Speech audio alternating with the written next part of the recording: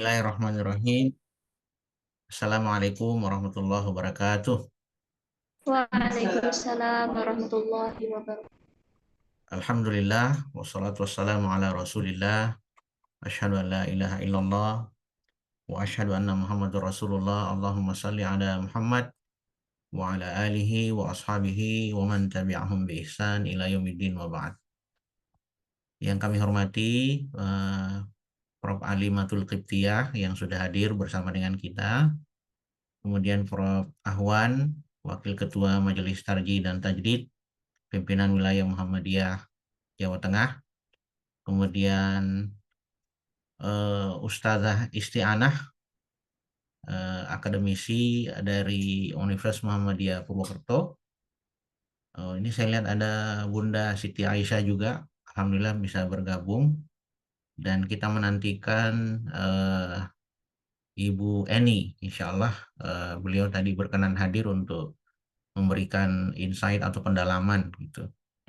Baik, para peserta webinar yang kami hormati, alhamdulillah pada malam hari ini kami mengucapkan terima kasih terutama kepada para narasumber, ada Prof. Alim, Prof. Ahwan, dan Bu Istianah yang malam hari ini berkenan untuk mengisi webinar dan sebagai rangkaian dari pendahuluan Pramuswil seperti yang sudah dikoordinasikan di Bandungan pada beberapa bulan yang lalu bahwa Muswil Tarjih ini insya Allah akan menggelar Ijtima Ulama Tarjih yang kedua di Klaten insya Allah. Mudah-mudahan tidak ada perubahan waktu tanggal 8 sampai 9 November dengan materi yang lumayan berat, ya lumayan berat sehingga kita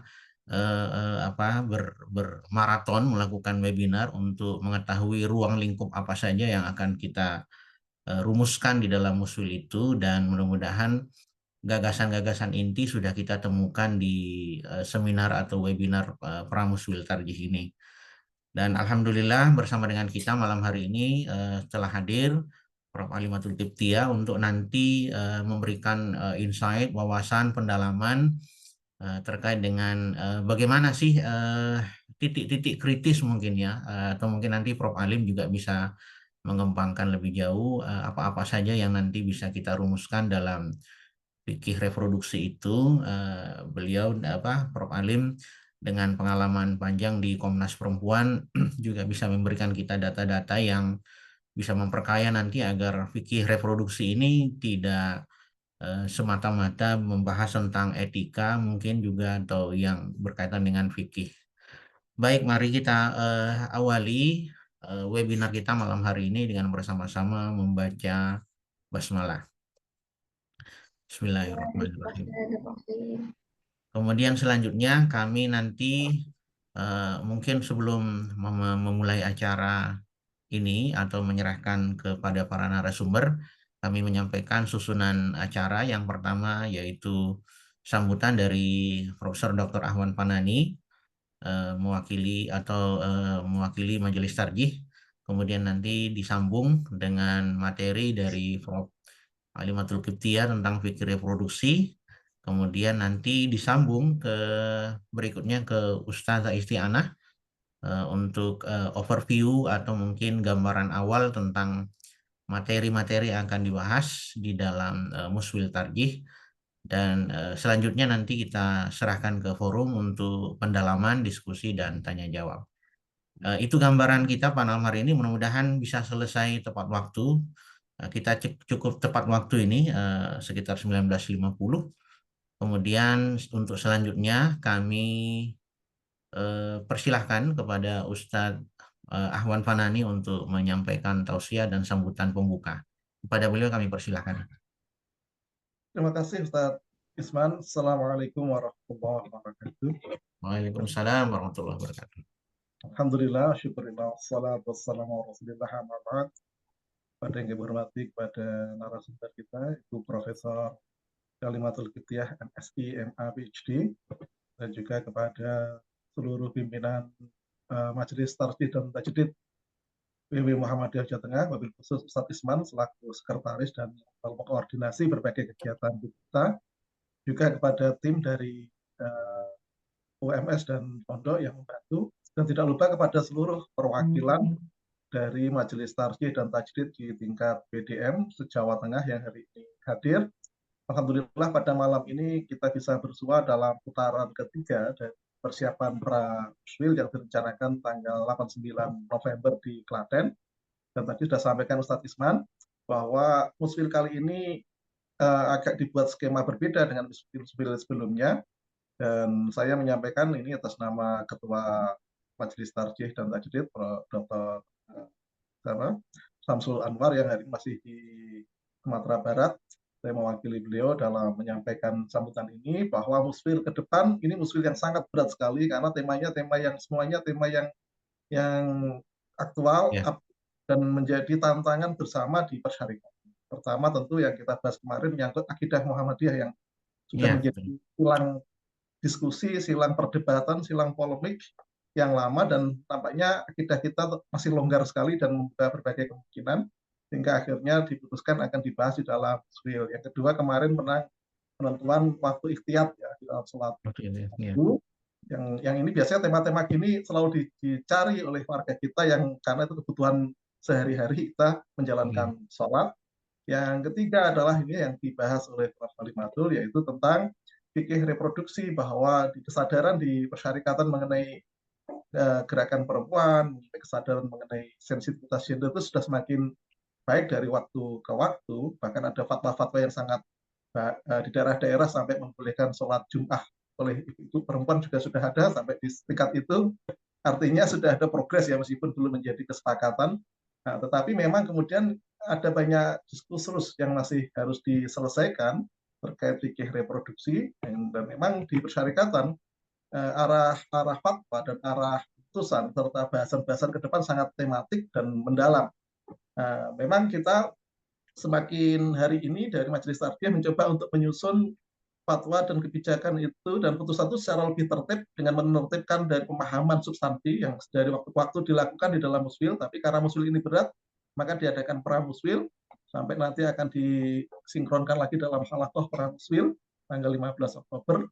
Tujuannya apa? Karena banyaknya materi yang berat ini, mau tidak mau pertemuan muswil yang biasanya hanya pembukaan di sore, malam presentasi, kalau 4 topik, lalu diskusi, lalu komisi, itu rasanya terlalu rush, dan mungkin kedalamannya bisa lewat kalau diputuskan hal-hal yang secara singkat. Itu mau tidak mau kita butuh masukan ahli lebih dari awal. Ini karena itulah Prof. Kalimatul kita harapkan hadir di sini memberikan masukan bagi kami semuanya di MTT yang nantinya akan melakukan muswil. Dan terakhir nanti putaran keempat dari muswil adalah sebelum dihalaqahkan adalah akan diadakan masalah manhaj tarjih yang nanti mungkin rencananya akan diisi oleh Prof. Samsul, tapi kemudian mungkin Pak Ruslan. Pak Ruslan ya. Dan semuanya itu menjadi PR berat. Beberapa waktu lalu dari PWA sudah menyusun fikih perempuan. Ini sudah ala tarjih, sebenarnya sudah disusun juga. Meskipun sudah dicetak juga dan sudah di launching, yang menunjukkan bahwa kebutuhan untuk menjawab masalah perempuan itu sangat aktual di kita. Tetapi memang perbedaan pendapat antara yang sudah berpikir lebih progres, antara yang masih dalam tanda kutip masih sangat hati-hati, itu mungkin yang masih harus diselesaikan di kita. Mungkin dengan masukan-masukan dari Prof. Alimul kita punya perspektif yang lebih untuk berdiskusikan berbagai topik yang nantinya akan kita bahas. Mungkin tidak saya berpanjang lebar, saya ucapkan terima kasih kepada narasumber malam ini yang bersedia, dan saya kira kapasitas beliau tidak diragukan lagi, baik penguasaan hukum Islam maupun penguasaan terhadap isu-isu aktual mengenai perempuan dalam kapasitas sebagai Komnas Perempuan maupun dalam kapasitas sebagai akademisi maupun juga pimpinan di persyarikatan, saya kira. Dan juga kepada seluruh pimpinan atau perwakilan Majelis Tarjih di Jawa Tengah, kita harapkan dengan input ini kita nanti bisa menjadi modal awal kita untuk membahas diskusi, sehingga tidak tiba-tiba kita kumpul di muswil masih mencari-cari masalahnya, masih mencoba memahami. Mungkin dengan cara ini kita datang sudah punya perspektif yang lebih apa. Saya kira demikian Ustadz Isman dan seluruhnya Prof. Kalimatul. Terima kasih atas semua partisipasi Bapak sekalian, dan juga khususnya narasumber dan juga tim yang fasilitasi ini. Semoga berjalan lancar dan sesuai apa yang diharapkan. Saya kira demikian atas nama Majelis Tarjih dan Tajdid PW Muhammadiyah Tengah, saya ucapkan terima kasih dan Assalamualaikum warahmatullahi wabarakatuh. Waalaikumsalam warahmatullahi wabarakatuh. Jazakumullah khair pada Ustadz Ahwan yang telah menyampaikan sambutan, dan ini posisi di Karimun Jawa Ustadz atau masih di Semarang? Saya di Semarang, tidak ikut Karimun. Oh iya, ini PDM dikumpulkan di Karimun Jawa Ya, oleh saya sudah PWM. berapa kali tadi. Oke. Iya, saya pikir di ini. Baik, untuk selanjutnya kita memberikan kesempatan kepada Ustazah atau Prof. Alimatul Qibtiyah untuk menyampaikan materi. Monggo Prof, mungkin bisa dimanfaatkan 45 sampai 50 menit, nanti bisa selanjutnya diperdalam dengan tanya jawab gitu. Kepada Prof. Alim kami persilahkan. Terima kasih Ustadz Isman. Bismillahirrahmanirrahim. Assalamualaikum warahmatullahi wabarakatuh. Salam Waalaikumsalam. sehat, salam kebaikan. Kalau di Komnas Perempuan tuh salam Indonesia yang Bhinneka. Iya, Ya, iya. daripada salamnya banyak agama, itu kadang-kadang kita menengahi dengan salam Indonesia yang Bhinneka. Biasanya jawabnya Bhinneka itu Indonesia gitu. Oke. Alhamdulillahirabbil alamin. Syukur, puji kita panjatkan kepada Tuhan, kepada Allah SWT, dan juga terima kasih kepada Majelis Tarjih, ya, pimpinan wilayah Jawa Tengah yang sudah mengundang saya untuk berbagi dan berdiskusi tentang fikih kesehatan reproduksi. Ya, saya sangat senang sekali ketika ini diinisiasi, ya, karena memang isu-isu kesehatan reproduksi itu ada di berbagai fikih, tapi belum menjadi satu kesatuan gitu. Dan Iya. juga di pimpinan pusat sendiri belum ada yang khusus tentang fikih kesehatan reproduksi, itu nggak ada gitu.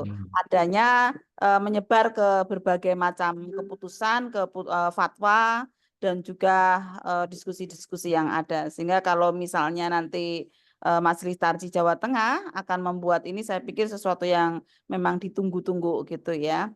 Oh ya, tadi juga menyebutkan tentang fikih perempuan, ya, sebenarnya di pimpinan pusat Muhammadiyah di Majelis Tarjih itu sudah ada fikih amaliyah laki-laki perempuan, itu nunggu ditanfiz karena itu sudah dimunaskan tahun 2010 yang dulu salah satu alternatif judulnya adalah fikih perempuan gitu. Tapi itu juga sudah kita sampaikan kemana-mana, ya, walaupun belum ditanfiz gitu. Karena pada dasarnya substansinya sudah banyak dibahas di Munas Tarjih di Malang tahun 2010. Tapi ini kan juga sudah 14 tahun ya, belum ditanfiz gitu. Oke, nah baik Ibu Bapak sekalian yang saya hormati, saya mohon izin share screen terkait dengan apa yang diharapkan dari Ibu Bapak semuanya terkait dengan fikih kesehatan reproduksi, ya. Nah, fikih kesehatan reproduksi ini sesuatu yang sangat menarik. Ada beberapa yang saya coba searching ya terkait dengan di mana sih letaknya produk-produk tarjih itu membahas tentang hal-hal yang terkait dengan kesehatan reproduksi ini. Nah, oke, tadi sudah diperkenalkan siapa saya, ya. Memang saat ini saya masih di Komisioner Komnas Perempuan, sudah tahun terakhir sih, tinggal beberapa bulan lagi, tapi juga kemarin diamanai sama Bu Ketum PPA untuk ikut daftar lagi 2 periode, tapi nggak tahu hasilnya nanti seperti apa, ya. Mudah-mudahan diberikan yang terbaik, ya, karena kemarin jago Rektor UIN Jogja juga nggak bisa masuk kan begitu.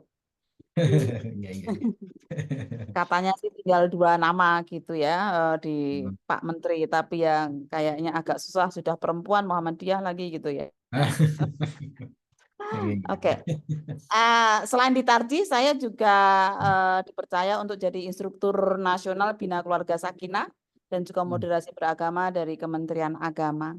Nah, Ibu Bapak sekalian yang saya hormati, 3 hal ini yang ingin coba kita dalami, ya, tentang mengenal kesehatan reproduksi gitu ya. Karena kalau mau pakai langsung fikih reproduksi itu nanti jadinya netral gitu ya, tapi yang sehat gitu, yang reproduksi yang sehat kan begitu. Makanya saya mencoba untuk menawarkan pemikirannya tentang mengenal kesehatan reproduksi, termasuk berarti fikihnya pun juga fikih kesehatan reproduksi.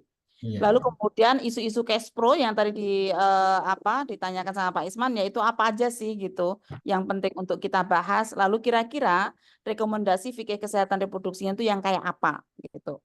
Nah, 3 hal itu saja mudah-mudahan bisa kita diskusikan agak lebih mendalam malam ini gitu ya. Walaupun kita malam Minggu hari ini ya. Oke, tapi sebelumnya Ibu Bapak sekalian, kita perlu positive thinking dulu. Ya. Karena ini kita bicara reproduksi. Karena membincangkan reproduksi harus diawali dengan berpikiran positif dan tidak sedang berbicara yang sifatnya tabu. Ini penting sekali untuk membawa kita, karena khawatirnya nanti kita kena undang-undang pornografi ya, yang kemudian ketika menjadi pembelajaran ya itu menjadi sesuatu yang tidak mengarah kebaikan gitu. Karena itu kita harus positive thinking dulu bahwa yang kita bincangkan ini bukan sesuatu yang tabu gitu. Nah, Ibu Bapak sekalian, pertama kita mengenal dulu sih kesehatan reproduksi itu apa. Ya, kesehatan reproduksi itu apa? Saya yakin Ibu Bapak di sini, Bu Istiana juga ya, sudah mengkerangkai ini ya. Tapi supaya kita dalam satu pemahaman yang sama, kalau kita lihat arti sehat itu kan suatu keadaan kondisi fisik, mental, dan kesejahteraan sosial yang merupakan satu kesatuan dan bukan hanya bebas dari penyakit atau kecacatan. Karena itu definisi sehat yang lebih luas itu mencakup fisik, mental, sosial, intelektual, finansial, spiritual, dan juga seksual. Kalau kesehatan reproduksi berarti kondisi sehat untuk menjalani fungsi dan masa reproduksi secara fisik, mental, sosial, intelektual, finansial, spiritual, dan seksual. Ya, dan lain-lain. Jadi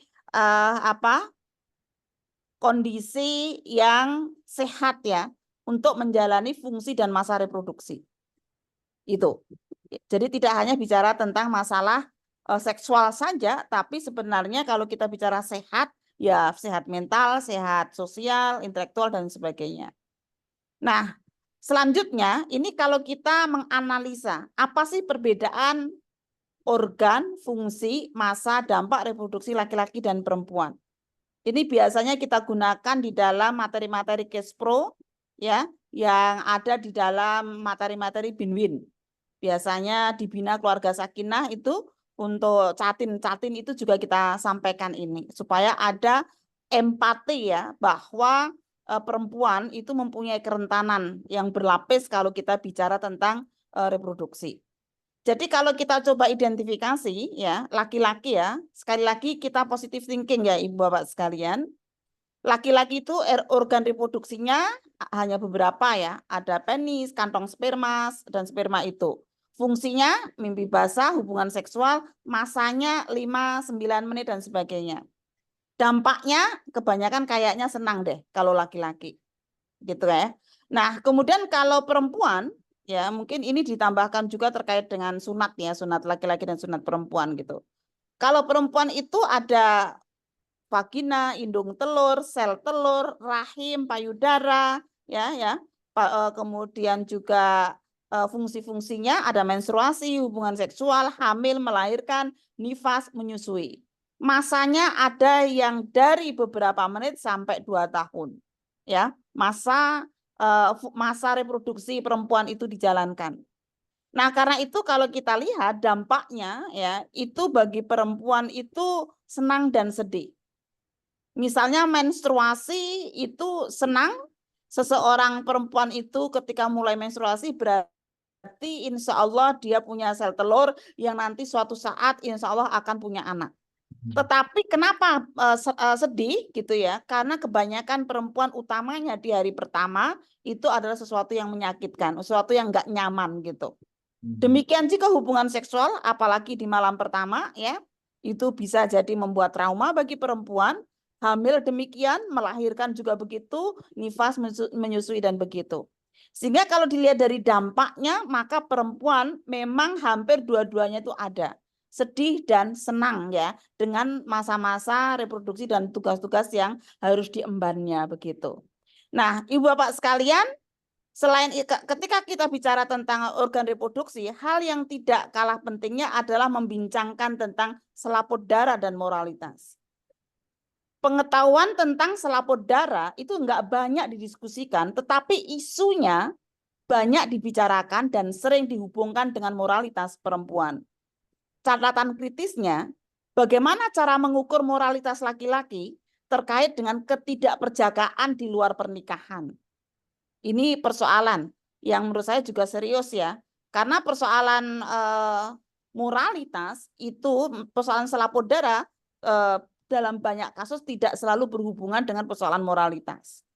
Nah, sekarang kita akan mengenal lebih detail lagi. Sebenarnya ada gambarnya, tapi saya hapus karena ini tarjih kok kayaknya mau tak kasih gambar gitu ya. Rasanya kok kurang pas gitu, walaupun saya tadi sudah positive thinking gitu.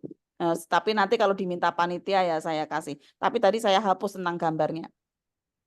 Nah, beberapa catatan kalau kita bicara tentang selaput darah ya, ini adalah sesuatu yang tipis yang mengelilingi pada pembukaan lubang vagina, bentuknya bisa satu lubang, bisa pula beberapa lubang kecil. Ada yang tipis, sedang hingga tebal. Ada yang elastis sehingga tidak mudah robek, ada pula yang tidak elastis. Nah, semakin tebal selaput darah, semakin sulit ditembus sehingga bisa semakin menimbulkan rasa sakit ketika robek. Sebaliknya semakin tipis, semakin elastis sehingga semakin mudah robek. Inilah tadi yang saya sampaikan, ya. Hubungan seksual suami istri pada malam pertama itu beda banget gitu. Untuk kalau tidak dipahami dengan baik gitu, ya. Bisa jadi perempuan akan mengalami kesakitan yang luar biasa. Karena itu robeknya selaput darah tidak hanya karena hubungan seksual, tetapi bisa juga akibat vagina terbentur benda keras misalnya karena jatuh, karena olahraga ya, ataupun yang lainnya. Hal ini berarti bahwa tidak berdarahnya pengantin perempuan di malam pertama bisa karena selaput darahnya tebal sehingga tidak mudah robek dengan sekali hubungan seksual, ataupun bisa karena selaput darahnya tipis dan pernah sobek karena hal-hal tertentu yang itu tidak selalu pada karena hubungan seksual. Sekali lagi, menghubungkan selaput darah dengan moralitas perempuan perlu dikritisi. Karena ini juga nggak adil ya, karena laki-laki nggak bisa diukur. Ada sih, ada yang mengatakan mitosnya ya, laki-laki itu kalau sudah nggak perjaka lagi katanya dengkulnya trepos atau apa misalnya. Tapi itu kan mitos, itu nggak benar gitu. Nah, ini yang kemudian tadi ya, kesehatan itu juga bukan hanya fisik gitu, tapi kesehatan mental dan sosial juga, yang kadang-kadang berawal dari persoalan selaput darah ini gitu ya. Nah, baik, selaput darah sudah selesai. Nah, kemudian apa aja aspek-aspek yang lain yang perlu dan penting untuk kita pahami kalau kita bicara tentang kesehatan reproduksi di dalam perspektif Islam. Yang pertama adalah menjaga cash flow itu bagian daripada iman dan misi khalifah. Ya, iman dan misi khalifah. Karena itu sakinah hakiki, ya, sakinah hakiki perempuan itu hanya dicapai dengan salah satunya beban reproduksi perempuan itu dibantu diringankan dan juga tidak dihilangkan hal yang menguatkan hak seksualitas perempuan. Ini sebagai sebuah prinsipnya. Nah, sekarang misalnya pertama ya, karena tadi ada beberapa organ fungsi masa reproduksi tadi. Pertama adalah bagaimana menyikapi menstruasi. Kita mengenal sejarah tabu, menstrual tabu ya, bahwa tabu menstruasi dan sebaliknya hubungan seks saat menstruasi itu selalu dibincangkan di dalam fikih-fikih ketika membahas menstruasi. Nah, bagaimana secara umum prinsip-prinsipnya ya yang dipahami oleh Islam gitu, bahwa menstruasi itu ya Islam memandang secara simpatik bahwa menstruasi itu menimbulkan rasa sakit, adza, bukan cara pandang yang merendahkan seperti menstrual tabu yang terjadi sebelum Islam datang. Kalau menstrual tabu itu bahkan kadang-kadang kenapa sih perempuan itu kok pakai sandal jinjit gitu ya? Yaitu karena simbol bahwa dia sedang menstruasi karena supaya tidak kena mata setan misalnya, sehingga dia agak jauh dari bumi misalnya. Ada juga dengan pitek-pitek gitu ya, tangan merah, kuku-kuku merah ataupun lipstik dan sebagainya. Itu kalau di dalam pembahasan menstrual tabu itu dihubungkan dengan menstruasi yang sifatnya adalah terkadang merendahkan. Nah, Islam tidak merendahkan kondisi perempuan yang sedang mengalami menstruasi, justru ya dengan menstruasi ada beberapa rukhsah ya di dalam Islam itu karena memang memanusiakan perempuan yang sedang menstruasi. Karena itu memberikan waktu istirahat pada perempuan untuk mengatasi rasa sakitnya. Ini sangat penting. Sehingga ada istilahnya cuti haid bagi perempuan di hari pertama. Melarang hubungan seksual dengan istri selama menstruasi, membolehkan hubungan seksual setelah selesai menstruasi dengan cara-cara yang diperbolehkan oleh Allah dengan cara yang bermartabat. Kerelaan, sopan, dan juga tidak melalui hal-hal yang dilarang. Allah mencintai orang yang bertaubat jika melakukan kesalahan dan orang-orang yang membersihkan diri setelah kotor. Nah, ini di dalam surat Al-Baqarah ya, ayat 222. Itu terkait dengan menstruasi. Nah, sekarang yang kedua adalah tentang hubungan seksual. Apa sih sebenarnya landasan filosofis, psikologi, sosiologis hubungan seksual suami istri? Pertanyaan kita, mengapa hubungan seksual itu harus nikah dulu? Kembali lagi, sehat kita ya adalah sehat fisik, mental, sosial, psikologis ya, dan lain sebagainya tadi. Jadi kalau itu kita kembalikan, mengapa hubungan seksual itu harus nikah dulu? Supaya dampak jangka panjang dan jangka pendek itu menjadi tanggung jawab bersama, bukan hanya menjadi tanggung jawab perempuan. Karena kalau hubungan seksual suami istri yang tidak aman dan tidak halal, maka yang paling mendapatkan dampak terburuk itu adalah perempuan. Karena itu mengapa hubungan seksual itu harus dalam sebuah pernikahan, supaya dampak jangka panjang dan jangka pendeknya itu ditanggung bersama, ya, bukan hanya ditanggung oleh perempuan. Karena itu sekali lagi memang kalau bicara kesehatan reproduksi ya, itu banyak sekali yang merentankan perempuan, karena itu memang perempuan harus banyak bicara sih terkait dengan persoalan ini. Oke, nah kalau kita lihat ya, ada banyak ayat hadis yang menyatakan tentang hubungan dalam tuntunan dalam berhubungan seksual suami istri. Misalnya hunna libasul lakum wa antum libasul lahun ya, ada juga harsul lakum. Tapi di situ ya, yang saya garis merah itu ya, ada wattaqullah ya. Wattaqullah. Gimana ya kita membayangkan apa ya? Kemarin masih ditemukan itu di dalam tafsir At-Tanwir, harsul lakum itu ladang itu yang kemudian seolah-olah tidak ditafsirkan kepada sesuatu yang sangat berharga, dan wattaqullahnya itu tidak diikutkan begitu gitu. Sehingga seolah-olah kemudian hak seksual itu menjadi kayak hak seksual itu haknya istri, kewajiban suami. Kalau kemudian kita tafsirkan secara apa adanya. Tapi kalau kita kembali kepada Al-Baqarah 187, hunna libasul lakum wa antum libasul lahun, maka sebenarnya hubungan seksual suami istri itu adalah seperti pakaian yang saling bagaimana mempunyai hak dan kewajiban lainnya, dan kemudian di situ ada kata-kata juga wattaqullah. Nah, coba kita bahas sedikit terkait dengan ini. Suami dan istri ibarat pakaian bagi pasangannya, yang berarti hubungan seksual itu mesti sama-sama berfungsi bagi keduanya sebagaimana pakaian, yaitu saling melindungi dari kuman, rasa dingin, dan hal buruk lainnya, dan memperindah. Istri ibarat ladang bagi suami, yang berarti sesuatu yang sangat berharga. Ya, jangankan di gurun padang pasir, di Indonesia saja namanya ladang itu juga masih sangat berharga. Karena itu, ya, harus dijaga dari segala gangguan dengan baik, dirawat dengan penuh kasih agar bisa melahirkan generasi yang berkualitas. Jadi ada cara bercocok tanam yang baik. Karena itu harus diairi,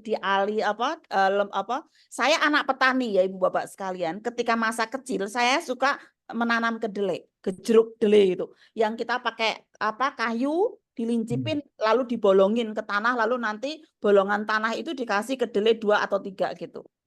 Nah, kalau misalnya kondisi tanahnya itu kering, tetap aja kita gejlokin gitu ya, kedeleknya, maka bisa tangan ini selain tidak terbuka, tangan ini bisa goret-goret nih, susah gitu.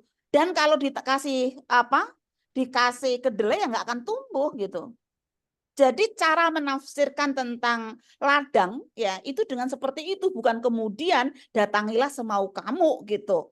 Semau kamunya tetap harus dengan cara yang baik, karena kalau misalnya itu ditafsirkan bahwa itu kewajiban istri hak suami, maka mungkin Tuhan tidak menggunakan analogi ladang. Mungkin bisa istrimu adalah kasur bagi kamu, maka datangilah semau kamu, misalnya kayak gitu. Tapi ini ladang, sehingga sesuatu yang sangat berharga dan ada aspek cocok tanam ya di situ gitu. Nah, bolehnya berhubungan seksual ketika malam hari di bulan Ramadan dan larangan berhubungan seksual saat iktikaf di masjid. Ini juga suatu yang sangat penting.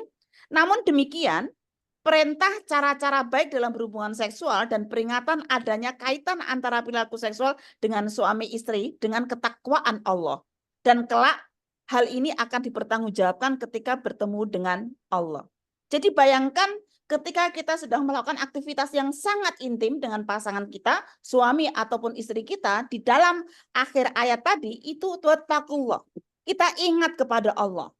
Sehingga di dalam melakukan hubungan suami istri pun itu juga harus mengingat kepada Allah sehingga kita tidak melakukan kekerasan ataupun perkosaan ya. Karena kemarin juga ada kasus-kasus yang masuk ya di Komnas Perempuan yang mengadu bahwa seolah-olah walaupun dia dengan suaminya tetapi kayak seperti diperkosa begitu.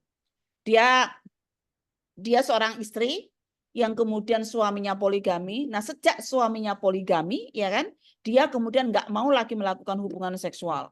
Nah, karena itu kemudian si istri ini tangannya digujur ke belakang, lalu suaminya melakukan hubungan seksual itu dengan paksa. Nah, sehingga dia mengatakan, saya ini kok seperti kayak perkosaan di dalam rumah tangga gitu. Itu ada Pak, Ustadzah semuanya kasus yang kayak gitu.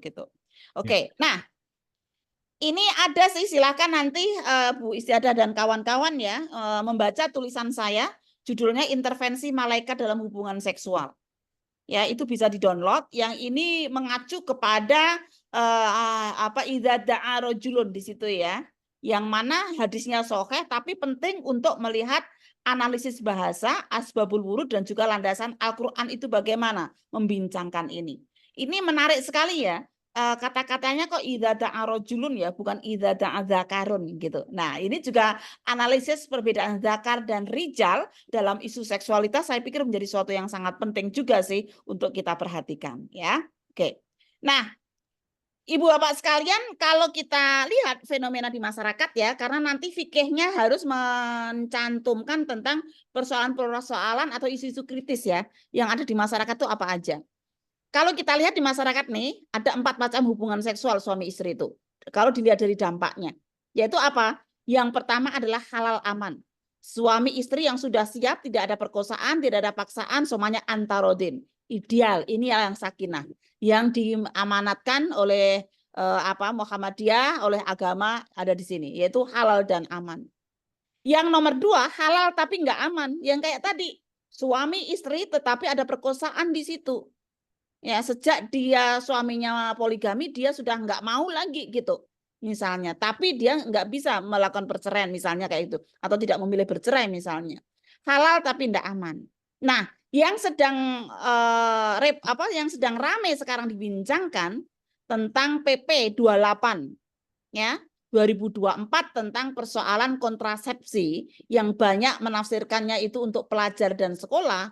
Tapi sebenarnya kalau kita klarifikasi ke Kemenkes itu adalah yang nomor 2, yaitu apa? Mereka yang mendapatkan dispensasi kawin.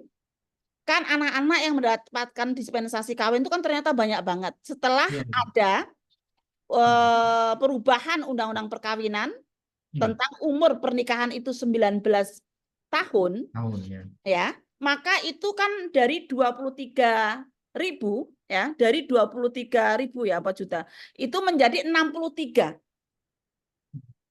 dispensasi kawinnya. Artinya mereka yang menikah sebelum umur 19 tahun tuh saat ini banyak sekali. Nah, supaya mereka walaupun sudah menikah tapi tetap kembali ke sekolah, maka karena mereka sudah suami istri, maka diharapkan mereka menggunakan alat kontrasepsi. Maksudnya itu Bapak Ibu sekalian. Jadi bukan kayak kita memasang alat kontrasepsi seperti minuman di sekolah-sekolah itu, bukan begitu maksudnya gitu. Yang perbincangan ramai kemarin. Iya. Ya. Nah, yang nomor 3 nih Pak, tidak halal aman. Yang ini yang dikhawatirkan, sehingga seolah-olah di masing-masing sekolah itu disiapkan kondom dan lain sebagainya itu gitu. Yang nomor 3 ini yang dikhawatirkan. Tidak halal, ya aman. Maksudnya bukan suami istri nggak hamil gitu loh. Ini yang nomor 3. Tapi lagi-lagi kalau dari perspektif perempuan, nomor 3 tetap lebih baik daripada nomor 4. Sudah tidak halal, tidak aman lagi. Kenapa? Karena yang nomor 4 itu yang paling mendapatkan dampak buruk adalah perempuan. Kalau sudah tidak halal, tidak aman. Nah, tapi sebenarnya Kemenkes itu ada di nomor 2. Tapi lagi-lagi yang kita fatwakan nomor 1 ya, Ibu Bapak sekalian, di dalam fikih nanti gitu. Tapi kita tidak bisa memungkiri persoalan-persoalan nomor 2, 3, dan 4 di masyarakat kita. Sehingga bagaimana fikih ini nanti akan menjawabnya. Oke. Monogami itu prinsip pernikahan Muhammadiyah. Kenapa monogami ini saya masukkan dalam isu cash flow? Karena kalau poligami seperti tadi banyak pasangannya. Satu suami beberapa istri, sehingga dia secara reproduksi dia akan melakukan hubungan seksual bergantian. Nah, tadi lagi-lagi seperti yang kasus yang saya sampaikan tadi. Gitu, dia nggak mau lagi tuh melakukan hubungan suami istri ketika suaminya sudah poligami gitu ya perasaannya sudah beda gitu. Nah, kenapa putusan Tarji di dalam buku Tuntunan Menuju Keluarga Sakinah itu jelas di sana disebutkan bahwa prinsip pernikahan perspektif Tarji adalah monogami. Ada banyak dasarnya. Misalnya Nabi Muhammad itu tidak pernah poligami selama menikah bersama Khadijah. Artinya 25 tahun pernikahan pertama Rasulullah bersama Khadijah itu monogami. Lalu juga ini yang An-Nisa 129 ini juga termasuk yang agak jarang disebutkan, yaitu walaupun kamu ingin berbuat adil, tetapi sebenarnya ya manusia itu nggak bisa berbuat adil gitu. Ya, dan kalian tidak akan pernah bisa berbuat adil di antara para perempuan walaupun kamu berusaha sekuat tenaga. Lalu juga secara hadis yang juga digunakan di Tarjih adalah ini, Nabi tidak mengizinkan Fatimah itu di madu. Walaupun saat itu Nabi posisinya sedang melakukan poligami karena Khadijah sudah meninggal.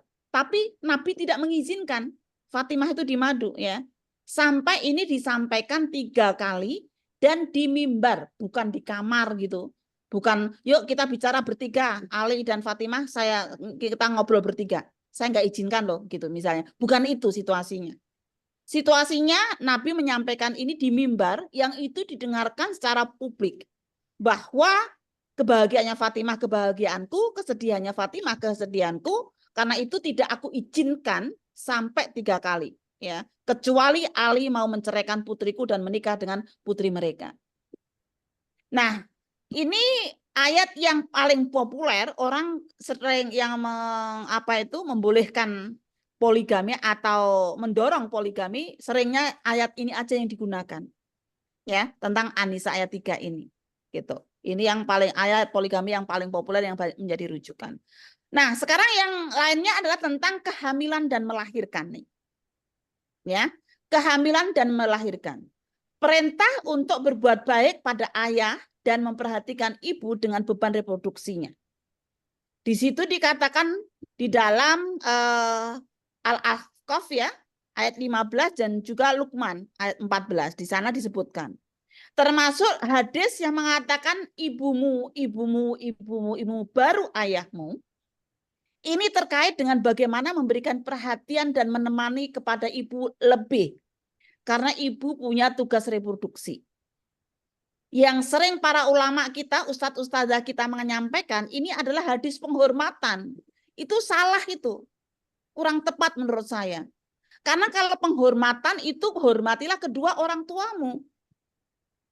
Tetapi ini adalah ya bukan apa bahasanya tuh bukan karoma ya, tapi ini adalah sahabat.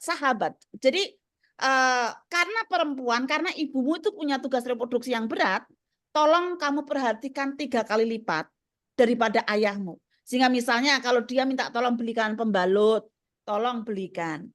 Ya kan? Kalau dia kemudian minta dipijitin, misalnya ya, haid pertama minta dipijitin oleh suaminya, tolong misalnya kayak gitu. Jadi ini adalah hadis yang terkait dengan reproduksi. Karena nanti kalau kita mengatakan ibu lebih dihormati daripada ayah, bagaimana kita akan menjelaskan tentang ajaran-ajaran bahwa birrul walidain itu kepada ayah dan ibu.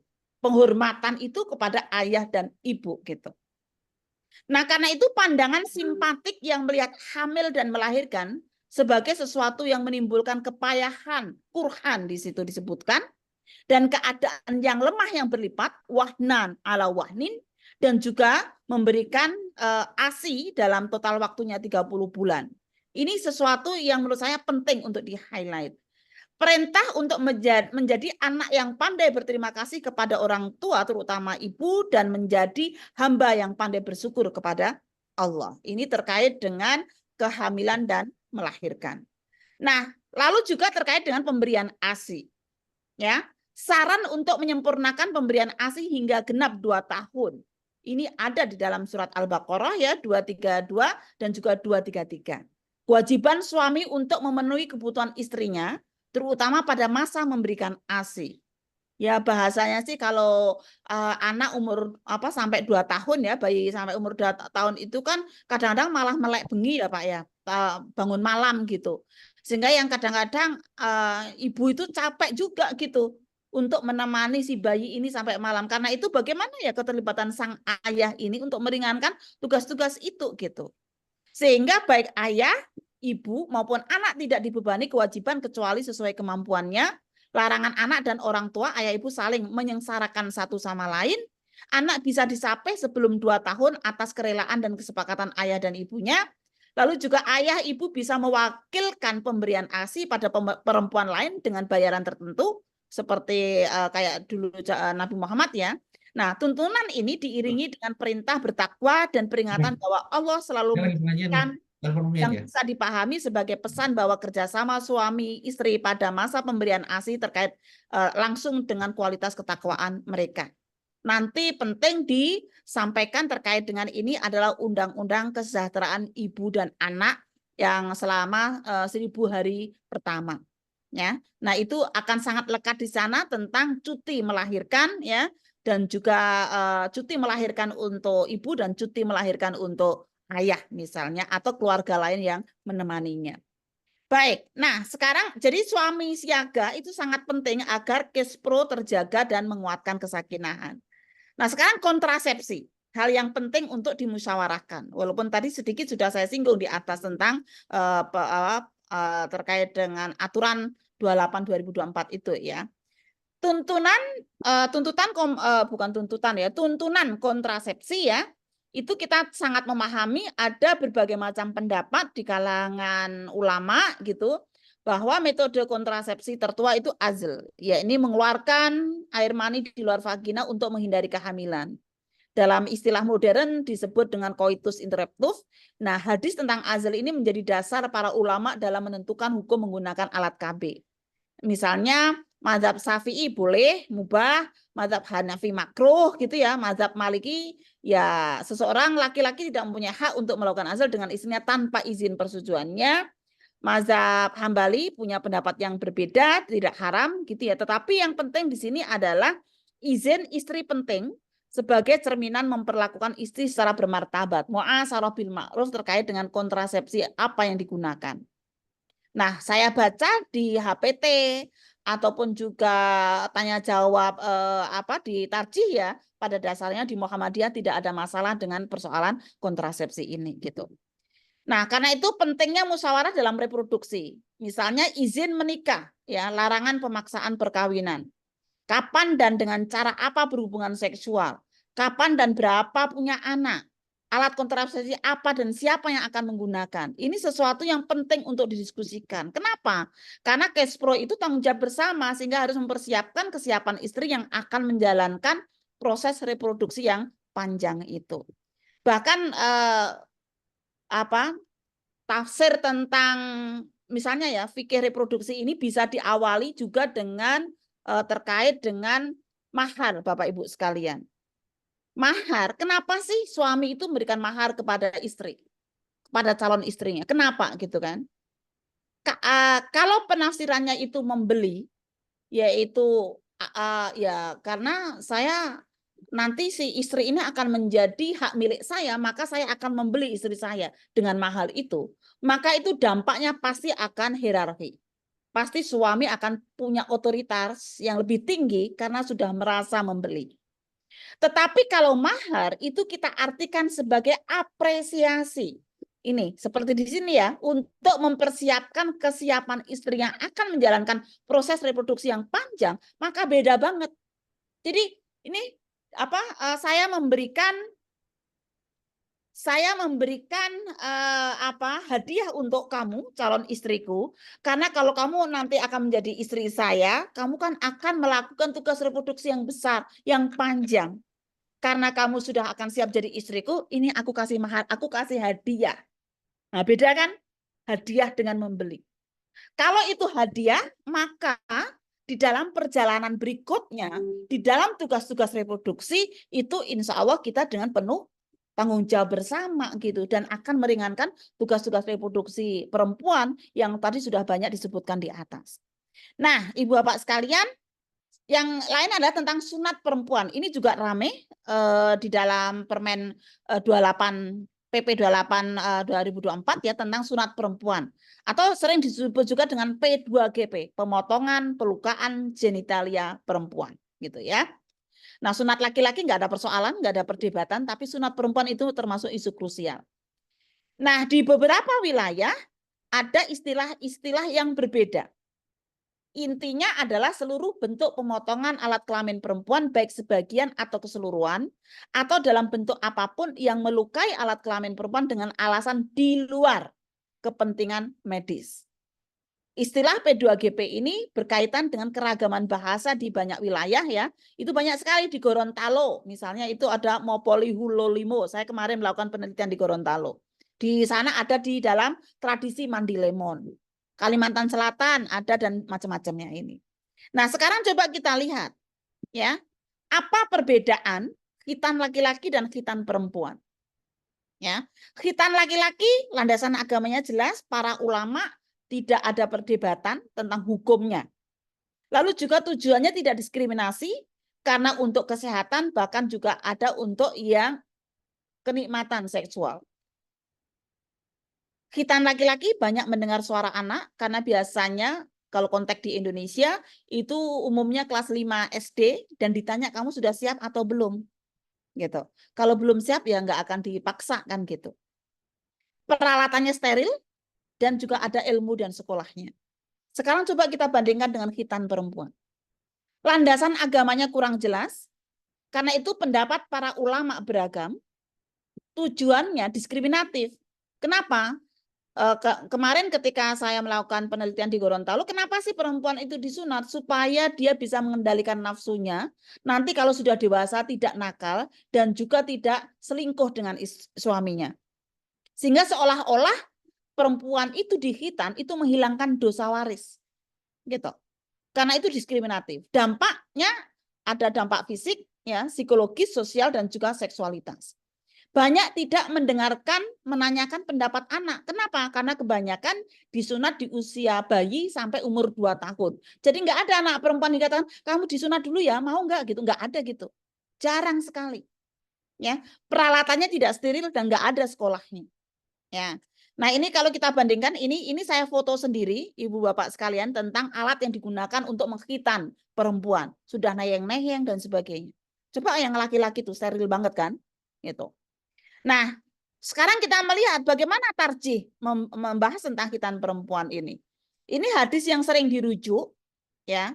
terkait dengan itu, dalam satu riwayat Nabi bersabda, potonglah bagian ujungnya saja dan jangan berlebihan, karena bagian itu membuat wajah berseri dan bagian kenikmatan suami. Ingat bahwa praktek ini sudah ada sebelum Islam datang. Nabi sudah merecognize ya, bahwa itu bagian yang kenikmatan suami gitu. Lalu juga ada diriwayatkan bahwa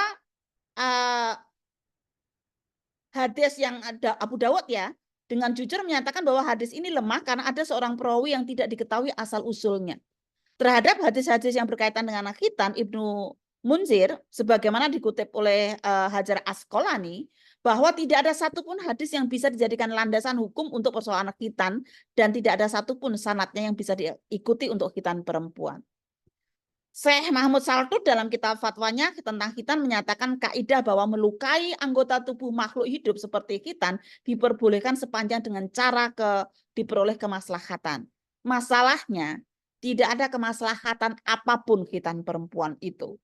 Karena itu, kalau ditarji di 2010 termasuk yang di dalam buku Amaliyah laki-laki perempuan tadi atau fikih perempuan itu, maka ditarji kita menggunakan prinsip mu'asyarah bil ma'ruf, khususnya yang terkait pada kesamaan hak perempuan bersama laki-laki dan hubungan suami istri ya, dengan hunna libasul lakum wa antum libasul lahun, dan secara burhani ya, secara burhani, mohon maaf, Allah Tuhan menciptakan klitoris itu hanya untuk kenikmatan seksual, tidak ada fungsi lainnya. Karena itu ketika itu dipotong, maka itu akan melanggar hak seksualitas perempuan. Islam mengajarkan bahwa laki-laki dan perempuan sama-sama berhak untuk mendapatkan kenikmatan saat melakukan jima. Berdasarkan kajian manfaat khitan, pelaksanaan khitan laki-laki sangat dianjurkan, sementara untuk perempuan itu tidak dianjurkan. Ini ya berdasarkan Munas Tarji di Malang. Nah, jadi ibu bapak sekalian, persoalan khitan perempuan secara motif itu diskriminatif. Karena tadi dosa waris jika tidak dikhitan akan nakal, melawan suami tidak bisa jalan, dilakukan tanpa persetujuan anak, alasan simbolis tidak melukai bersifat diskriminatif sehingga tidak dianjurkan juga. Dampaknya tidak ada manfaat kesehatan, menghambat pemenuhan hak seksual, juga trauma. Dan kemarin beberapa waktu yang lalu saya mengikuti seminar tentang P2GP ini di dunia ini, utamanya di Afrika, itu setiap 12 menit anak perempuan meninggal karena dikhitan. Karena ada masalah infeksi dan sebagainya ya. Setiap 12 menit anak perempuan meninggal karena dikhitan. Itu data ya berdasarkan burhani ya, kalau kita dalam tarjih ada landasan-landasan burhani yang harus kita gunakan juga. Refleksi kritisnya, temuan di lapangan ya, dosa waris yang jadi alasan khitan perempuan bertentangan dengan prinsip setiap anak lahir dalam keadaan suci. Kullu mauludin yuladu alal fitrah itu. Dan kalau kita refleksikan lebih dalam lagi, lebih banyak loh muslimah yang tidak dikhitan daripada yang khitan. Di Aceh, di Jawa itu nggak banyak dikhitan. Banyak muslimah yang tidak dikhitan juga dapat mengendalikan nafsunya. Pandangan pertama nikmat, pandangan kedua laknat, kan begitu ya. Kalau kita melihat suami orang lain kan harus ghaudul basar. Gitu, kalau terkait dengan persoalan itu. Bukan kemudian harus disunat kan gitu. Dan juga kalau kita lihat ya, juga setia pada pasangannya. Sebaliknya, misalnya di Gorontalo, walaupun banyak dikhitan, namun angka pernikahan anak juga tinggi. Karena itu mitos-mitos yang ada itu sebenarnya tidak terbukti. Nah, ibu bapak sekalian, sekarang kekerasan seksual, tadi karena disebutkan, saya tambahkan beberapa data, siapa tahu juga akan bermanfaat. Kekerasan seksual, ini data yang terakhir, yang paling banyak sekarang terjadi di dunia digital, yaitu kekerasan seksual berbasis elektronik. Ya, kalau kita lihat ya, di sini banyak sekali dan pelakunya paling banyak adalah mantan pacar, suami dan sebagainya. Di ranah personal, kekerasan yang paling banyak itu juga KTI ya, kekerasan terhadap istri, kekerasan seksual yang dialami oleh istri itu juga termasuk angka yang cukup memprihatinkan setiap tahunnya gitu. Nah, jadi kekerasan seksual itu paling banyak dilaporkan ya, karena ini sangat berhubungan dengan reproduksi, sehingga mungkin penting juga di dalam fikih nanti untuk membahas persoalan ini. Nah, kalau kita lihat kecenderungan korban dan pelaku ya, korban cenderung lebih muda dan lebih rendah pendidikannya, sementara pelaku itu lebih cenderung lebih tua ya daripada daripada korban gitu. Karena itu memang penting bagi kita memahami relasi kuasa juga yang penting kita highlight. Nah, ini ada satu penelitian yang menarik Ibu Bapak sekalian dari INVIT ya. 70% responden setuju perempuan diperkosa atau dilecehkan secara seksual karena pakaiannya yang terbuka. Artinya masih banyak pelabelan negatif pada korban yang itu disebabkan karena cara berpakaiannya. Data membuktikan yang pakai cadar pun juga ada yang diperkosa. Ya, sehingga ini kurang relevan ya, walaupun memang penting untuk bagaimana kita ya sebagai seorang perempuan, karena korbannya kebanyakan perempuan ya, untuk mempunyai kecerdasan ya, memilih cara berpakaian, berkomunikasi, berperilaku sesuai dengan konteksnya, itu adalah sebuah kebutuhan gitu. Karena masih banyak 70% masyarakat kita yang masih melakukan penyalahan kepada korban itu tadi. Nah, ini kita coba identifikasi 9% dari pelaku ya yang terlapor itu adalah orang-orang yang seharusnya melindungi. Siapa? Guru, dosen, PNS, TNI, Polri, tokoh agama, pejabat publik, tenaga medis, APH ya. Ini apa? Saya mencoba melihat ya Catahu 2 tahun terakhir ini. Ini yang didokumentasikan di Komnas Perempuan gitu. Oke, nah sekarang agama dan perlindungan perempuan ya. Islam menjunjung tinggi martabat manusia, al-karomah al-insaniyah, larangan memperdagangkan perempuan walaupun dia budak. Perempuan korban perkosaan tidak boleh dihukum. Quran surat An-Nur 33. Hukuman berat bagi pelaku pengerusakan bumi, pelaku perkosaan adalah salah satu bentuk pengerusakan di bumi yang menjajah tubuh perempuan. Ini ada juga di dalam surat Al-Maidah. Kalau kita bicara tentang eksploitasi seksual, kita mengacu kepada surat An-Nur ayat 33 ini yang menyatakan bahwa janganlah kalian paksa budak-budakmu itu untuk melacurkan diri ketika ia sendiri telah menginginkan menjadi pribadi yang baik. Dan barang siapa memaksa mereka, maka setelah pemaksaan itu Allah Maha Welas Asih. Ini artinya apa? Pelarangan pemaksaan pelacuran oleh siapapun, kepada siapapun. Ya. Dan kedua, Allah memaafkan kepada korban pemaksaan itu. Kekerasan seksual itu terjadi akibat adanya relasi kuasa antara tuan dan budaknya sehingga sang budak tidak memiliki kebebasan untuk memilih gitu ya. Nah, ini penting sekali. Kalau kita lihat ini ada cerita Sayyidina Umar melindungi korban. Jadi ada cerita, ada 2 kafilah, yang satu kekurangan makanan, yang satu punya kelebihan makanan. Nah, si satu kafilah yang kekurangan makanan ini betul-betul membutuhkan makanan. Tapi kemudian ketika dia meminta kepada kelompok yang lain untuk memberikan sebagian makanannya, lalu kemudian boleh sih, aku mau kasih makanan untuk kamu, tapi kamu mau nggak melakukan aktivitas seksual dengan saya? Mau tidak mau si perempuan ini kemudian melakukannya untuk menyelamatkan anggotanya supaya masih bisa hidup. Jadi ceritanya kan ada seorang yang melakukan aktivitas seksual mau akan dirajam. Lalu kemudian Ali memperingatkan Umar bin Khattab, tolong ditanyain dulu dong. Jangan-jangan dia punya alasan. Ternyata tadi alasannya dia sangat terpaksa untuk melakukan itu. Karena itu kemudian Umar bin Khattab tidak jadi untuk melakukan rajam karena dia tidak berzina, tapi dia adalah korban aktivitas seksual yang dipaksa tadi untuk menyelamatkan kafilahnya. Oke, nah baik. Rekomendasi ini terakhir ya, rekomendasi fikih kesehatan reproduksi, Ibu Bapak sekalian. Fikih-fikih di dalam majelis tarjih itu selalu menggunakan nilai dasar, prinsip-prinsip umum, pedoman praktis dan persoalan-persoalan krusial. Ini saya coba berikan contoh yang kerangka fikih tarjih untuk anak yang sudah ditanfiz. Jadi apa sih nilai-nilai dasar kalau kita membincangkan tentang perlindungan anak? Nilai-nilai dasarnya apa? Tauhid, keadilan, dan maslahah. Prinsip umumnya, kemuliaan manusia, hubungan kesetaraan, dan kasih sayang. Yang ini juga ada pemenuhan kebutuhan hidup. Lalu pedoman praktisnya tentang hak hidup dan tumbuh kembang, hak sipil, hak perlindungan, persoalan-persoalan apa aja yang sering muncul gitu. Persoalan aborsi, kematian bayi dan balita, stunting, identitas anak, pengasuhan anak, anak berurusan dengan hukum, lalu juga ada pernikahan anak, pengangkatan anak, dan trafficking kekerasan seksual. Nah, ini kerangka ya, kerangka fikih di tarjih yang selalu kita gunakan di dalam fikih apapun. Sehingga nanti kalau kita mau bikin fikih kesehatan reproduksi, maka tolong diberikan apa sih nilai dasarnya, apa prinsip-prinsip umumnya, dan pedoman praktis serta persoalan-persoalan krusialnya. Yang itu sebenarnya sudah kita bincangkan dari awal sampai akhir. Tinggal taruh gitu aja oleh nanti timnya gitu ya. Nah, jadi rekomendasinya untuk fikih kesehatan reproduksi, ini slide terakhir saya, bahwa penting untuk memahami bahwa tugas dan fungsi reproduksi laki-laki dan perempuan itu berbeda. Perempuan itu lebih mempunyai kerentanan, dan jika tugas dan fungsi reproduksinya tidak diperhatikan dengan baik dan cermat dan bermartabat, maka ini akan mempunyai kerentanan yang lebih gitu. Lalu yang kedua, penting memperhatikan ragam pengalaman dan kondisi perempuan terkait reproduksinya.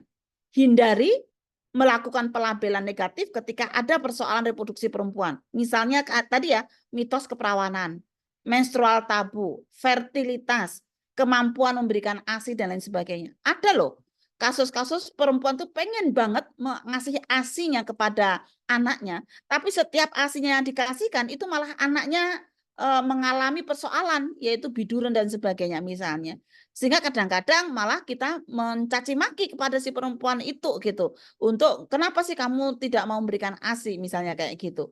Padahal ada alasan-alasan yang kadang-kadang berdampak yang nggak baik kepada si anak. Nah, senantiasa menggunakan landasan bayani, burhani, dan irfani di dalam merumuskan fikih kesehatan reproduksi, tafsir agama berbasis hak yang memberdayakan, berkemajuan penting untuk menjadi acuan di dalam kerangka pembuatan fikih, kerangka yang memuat nilai dasar, prinsip, pedoman praktis, dan persoalan kesehatan reproduksi, hal yang sangat penting ada di dalam pembuatan fikih Kespro itu. Saya pikir itu pemantik diskusi kita pada malam hari ini. Kurang lebihnya mohon maaf, semoga bermanfaat apa yang kita paparkan di sini ya. Kurang lebihnya mohon maaf. Terima kasih. Semangkok berlian untuk kekasih. Cukup sekian, terima kasih. Assalamualaikum warahmatullahi wabarakatuh. Waalaikumsalam warahmatullahi wabarakatuh. Masya Allah, luar biasa sekali materi dari Prof. Alim. Datanya padat sekali dan alhamdulillah kita sudah bisa mendapatkan gambaran, bahkan ada tadi ditampilkan tentang kerangka yang bisa diadopsi dari fikih perlindungan anak. Nah, Bapak Ibu sekalian, kita tiba pada pendalaman, G. Di sini kami memprioritaskan pertama pada tim materi, ada Ustazah Isti'anah dan teman-teman dari PUTM. Tadi ada ini Prof. Alim dari Ketua PWA, tapi beliau izin undur diri karena mengisi Baitul Arqam Aisyah, sehingga belum sempat untuk berdiskusi dan memberikan elaborasi lebih lanjut. Baik, kesempatan pertama kami berikan kepada Ustazah Isti'anah. Mungkin ada hal yang ingin diperdalam dengan Prof. Alim. Kami persilakan. Bismillahirrahmanirrahim. Assalamualaikum warahmatullahi wabarakatuh. Waalaikumsalam warahmatullahi wabarakatuh. Sebelumnya terima kasih atas waktunya kepada Ustadz, Ustazah, dan salam hormat juga kepada Prof. Alimatul Kiptiah. Ya, salam kenal juga. Mohon maaf sebelumnya, mungkin perlu saya sampaikan kepada teman-teman tim Tarjih PWM, karena terus terang saya ada miss tentang persiapan untuk Pramuswil malam ini, jadi belum menyiapkan outline atau draft yang rencana akan dituliskan. Mungkin kalau disampaikan saat ini hanya sebatas lisan saja. Prof. Alimatul, jadi alhamdulillah saya malah ngaji juga malam ini tentang apa yang akan dituliskan. Banyak hal yang belum terpotret dalam outline draft fikih reproduksi. Tapi mungkin nanti yang ingin saya tanyakan adalah batasan dari fikih reproduksi tersebut, apakah akan difokuskan kepada hal-hal yang terkait dengan perempuan saja atau berikut dengan reproduksi laki-laki atau suami. Karena itu juga sesuatu yang mungkin perlu ada singgungannya dalam hal ini. Jadi jika memang suami sebagai tani, katakanlah tadi ya, yang harus menyiapkan lahan dan sebagainya, saya sepakat sekali dengan pola penafsiran yang seperti itu. Jadi mungkin nanti dengan ilmu pertanian, burhaninya disandingkan, bagaimana cara mempersiapkan kehamilan yang baik, kemudian keturunan yang baik ya dimulai dengan petani yang baik. Itu mungkin yang akan dikaitkan dengan reproduksi laki-laki itu juga gitu. Apakah kita akan menyinggung hal itu juga gitu karena eh, lahan bagus jika bibit dari petani tidak unggul ya hasilnya juga akan tidak positif semuanya seperti itu ya. Ya, jadi mungkin nanti batasannya apakah ini cakupannya hanya reproduksi perempuan saja atau kita singgung dengan yang laki-laki itu yang pertama. Kemudian yang kedua kaitannya dengan kerangka tadi itu sangat membantu nggih saya untuk melihat nilai-nilai dasar ketauhidan di sana. Mungkin di sini nanti disandingkan dengan penafsiran tentang hadis yang mengatakan itu jika laki-laki memanggil istri seperti itu, mungkin ini nanti disandingkan dengan spirit tauhid, karena dalam tauhid juga ada makna pembebasan. Apakah di sana harus mengikuti secara sepenuhnya atau da'a di sini dengan jawaban dari istri adalah proses dialog dan komunikasi. Ya atau enggak untuk melanjutkan. Jika memang tidak memungkinkan melihat kondisi istri, maka tidak bisa dipaksakan seperti itu. Kemudian yang ketiga, mungkin yang ingin saya tanyakan, ini nyuwun sewu, karena harusnya saya menyampaikan outline, tapi saya masih banyak bertanya mengenai aborsi. Gitu. Tadi dalam kerangka yang fikih tentang perlindungan anak itu kan ada persoalan aborsi. Di sini tentang perempuan juga ada persoalan aborsi. Dalam perkuliahan kuliah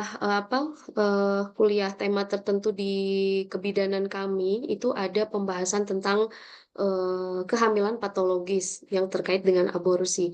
Kalau melihat dengan fatwa Muhammadiyah, saya cek di sini atau mungkin ada fatwa terbaru setelah itu. Dia adalah fatwa tahun 1989, di mana intinya bahwa aborsi yang disebabkan kondisi darurat medik, maka diperkenankan.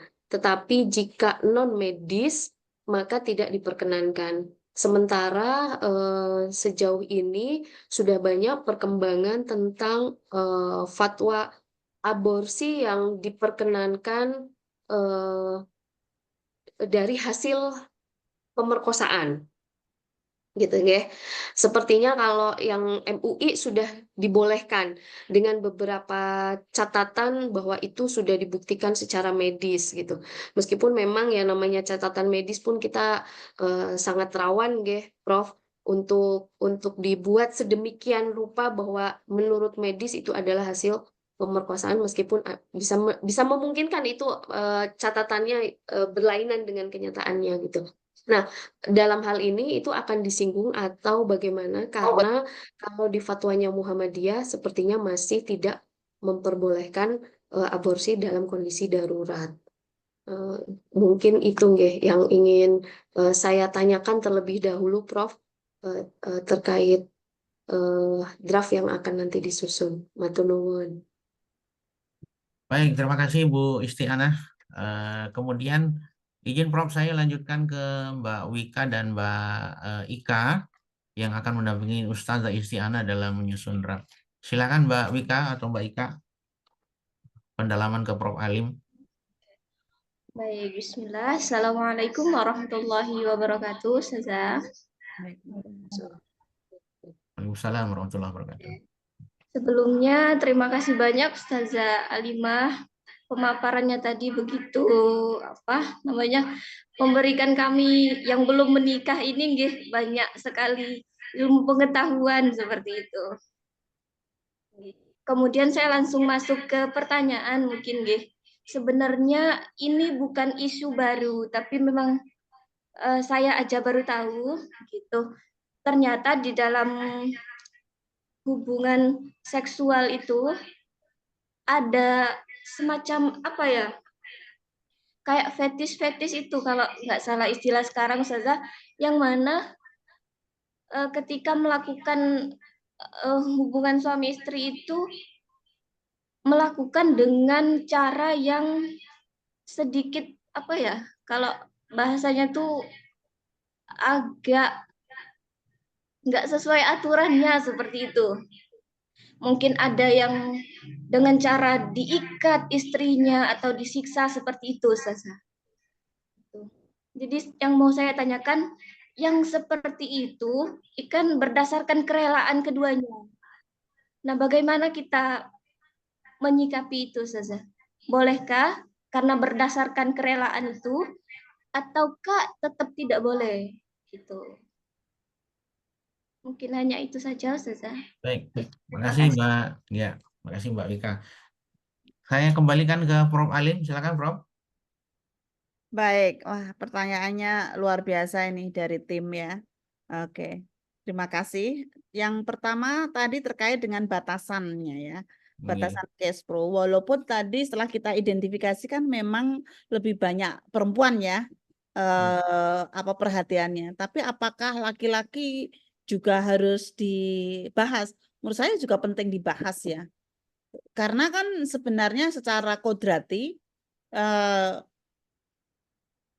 satu hal yang hanya dapat dilakukan oleh laki-laki tapi nggak bisa dilakukan oleh perempuan itu kan membuai. Nah, persoalan apa tadi bercocok tanam dan sebagainya tadi, sehingga itu kalau dibahas juga penting sih terkait dengan persoalan bagaimana melakukan hubungan suami istri yang halal dan aman kan begitu, sehingga bisa walaupun tetap ketika itu dibahas kan sebenarnya kan juga untuk kedua belah pihak ya, untuk kepentingan suami dan istri utamanya sih supaya kemudian juga tidak membebankan kerentanan itu kepada istri. Nah, terkait dengan ini mungkin Bu tadi silahkan dibaca. Kalau mau dibaca di buku boleh, di buku saya Feminis Muslim di Indonesia terbitan Suara Muhammadiyah. Yang di sana ada satu chapter tersendiri tentang hubungan suami istri yang judulnya Intervensi Malaikat dalam Hubungan Seksual. Yang intinya sih lebih kepada tafsir bagaimana hunna libasul lakum wa antum libasul lahun dengan idza da'a rajulun tadi. Kan gitu. Kan ini kan idza da'a yad'u dakwah. Seorang katalah oke, rajul kita artikan laki-laki ya. Karena walaupun tidak menggunakan zakar ya, karena kan kalau di dalam disertasinya Pak Nasaruddin Umar itu kan membedakan ya, zakar itu seks, lalu rijal itu gender gitu. Artinya rijal itu bisa berarti laki-laki perempuan, kalau zakar itu pasti laki-laki secara biologis. Nah, ini hadisnya yang menarik adalah idza da'a rajulun. Gitu kan? Nah, artinya sebenarnya tafsirnya bisa jadi suami istri itu sama-sama punya hasrat seksual, bukan hanya suami saja yang punya hasrat seksual. Nah, itu kan yang digunakan idza dakwah, berarti kan nggak boleh memaksa. Tapi itu lalu jawabannya kan aba ya. Aba kata-kata aba ini kan yang digunakan oleh Allah untuk mengilustrasikan bagaimana iblis itu menolak menghormati si Adam. Katakanlah ilustrasinya jika seorang suami memintanya dengan dakwah, kalau rojul kita artikan suami ya, seorang suami kita mintanya dengan dakwah tanpa memaksa, tapi sang istri etikanya seperti tadi aba wastakbar tadi, seperti iblis yang menolak menghormati si Adam, gitu kan? Maka pastikan seorang suami akan berpikir kenapa ya istri saya kok menolak aku? Ada apa sih gitu? Ada apa ya? Kan gitu. Itu aja kan sebenarnya sampai subuh ya. Artinya setelah subuh kan nggak dilaknat lagi gitu. Jadi kalau mintanya asar mungkin sampai maghrib, mungkin, ya kan? Nah makanya kalau dalam buku saya itu tafsir saya itu ya kayak apa ya, laknat malaikat itu kegalauan gitu, kegalauan suami yang ditolak oleh istrinya. Tapi kalau kita mau pakai mubadalah, pakai salah satu prinsip usul fikih itu, kalau itu berlaku untuk laki-laki juga berlaku untuk perempuan. Artinya yang nafsu seksual tadi kan tidak hanya laki-laki ya, perempuan kan juga punya nih. Ya kan sudah lama nggak ketemu, tapi kok ya cuek aja ini suami gitu loh kan juga butuh gitu kan. Pasti kan juga galau juga nih si istri. Kenapa ya suamiku kok cuek banget gitu loh. Misalnya. Sehingga itu yang kemudian perlu betul itu tentang kesehatan reproduksi dalam hubungan suami istri menjadi suatu yang sangat penting. Maka yang menarik kan kata-kata yang digunakan dalam Al-Qur'an itu kan kemudian wattaqullah ya. dan bertakwalah kepada Allah gitu. Sehingga apapun yang kita lakukan dalam aktivitas yang sangat intim, yang sangat private itu tapi tetap mengingat Allah gitu. Itu saya pikir suatu yang sangat penting. Jadi silakan Bu Is nanti bisa baca bukunya atau bisa download dari web saya. Ya, itu bisa di-download kalau pengen baca itu saja ya. Itu ada lengkap tentang itu sudah lama sih, sudah 25 tahun yang lalu itu kajian saya tahun 2020 tahun 2000-an ya tentang intervensi malaikat dalam hubungan seksual. Jadi sudah hampir ya 25 tahun yang lalu pikiran itu sudah saya tuliskan gitu. Nah, terkait yang kedua adalah tadi kerangka fikihnya ya itu memang kita sudah mempunyai apa ya kayak kesepakatan kecenderungan untuk kerangka membuat fikih itu. Lalu bagaimana terkait dengan aborsi? Nah, aborsi karena akibat perkosaan itu dibahas di dalam fikih perlindungan anak yang kemarin disahkan di Munas Pekalongan. Ya, di Munas Pekalongan itu ada fikih perlindungan anak.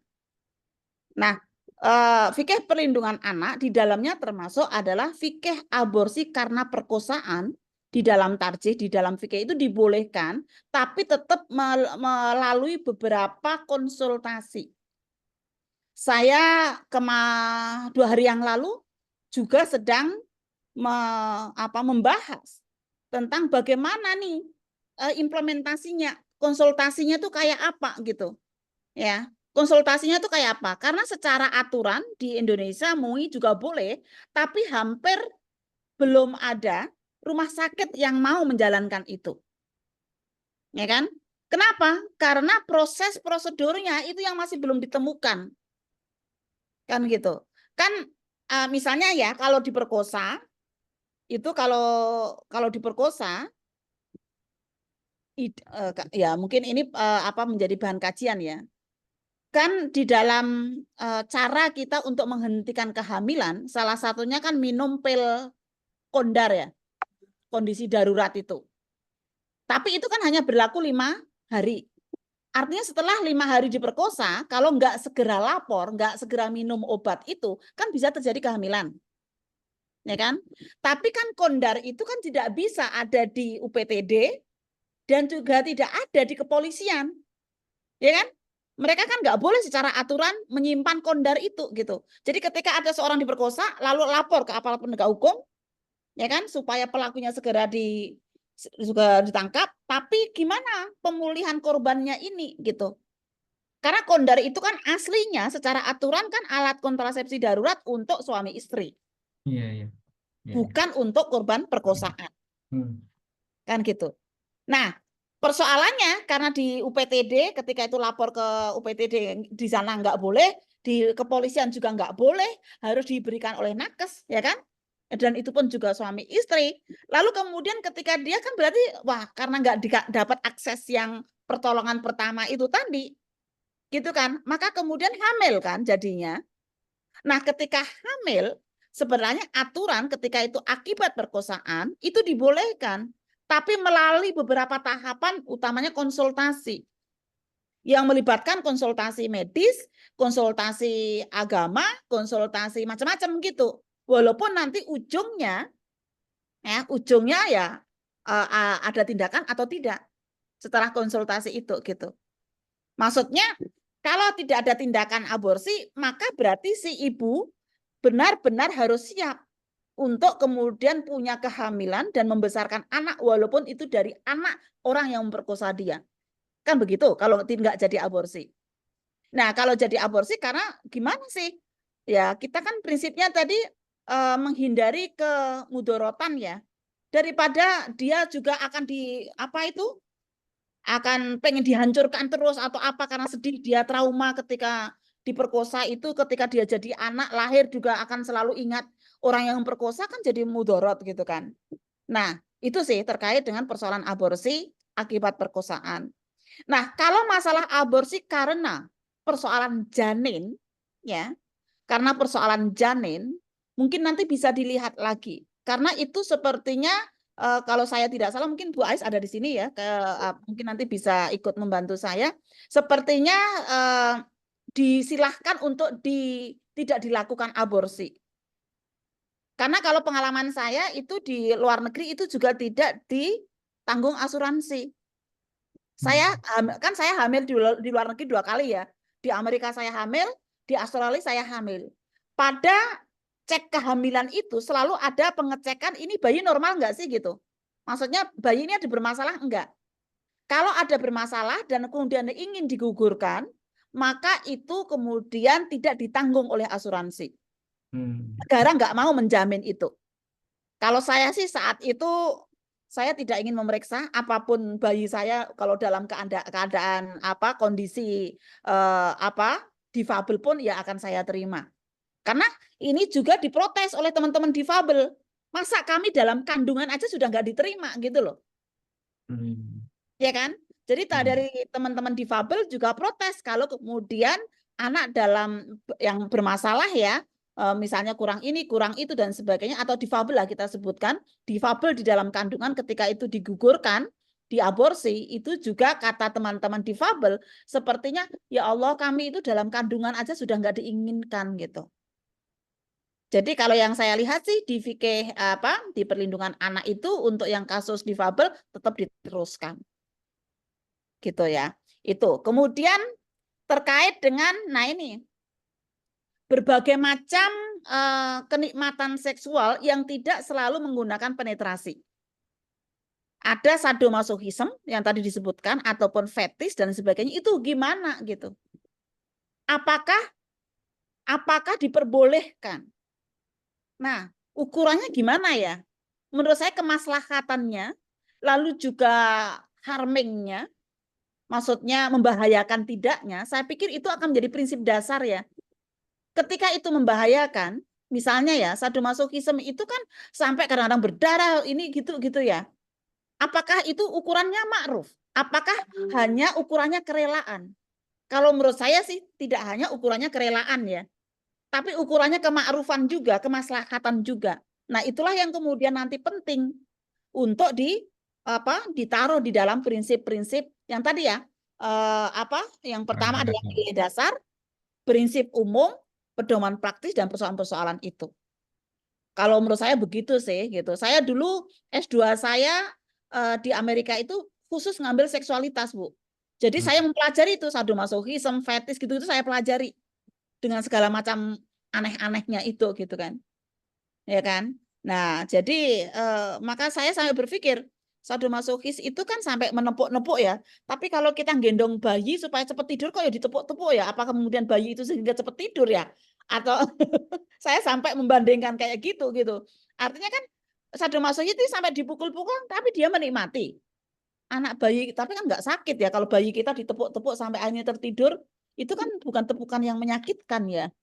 Saya tidak tahu gitu. Mungkin nanti penting ya untuk kita kita rumuskan, tapi prinsipnya adalah bagaimana itu membahayakan jadinya dan juga kerelaan tadi sehingga tidak hanya prinsip kerelaan antarodin tapi juga prinsip kemakrufan. Menurut saya itu juga menjadi perhatian. Saya pikir itu. Makasih.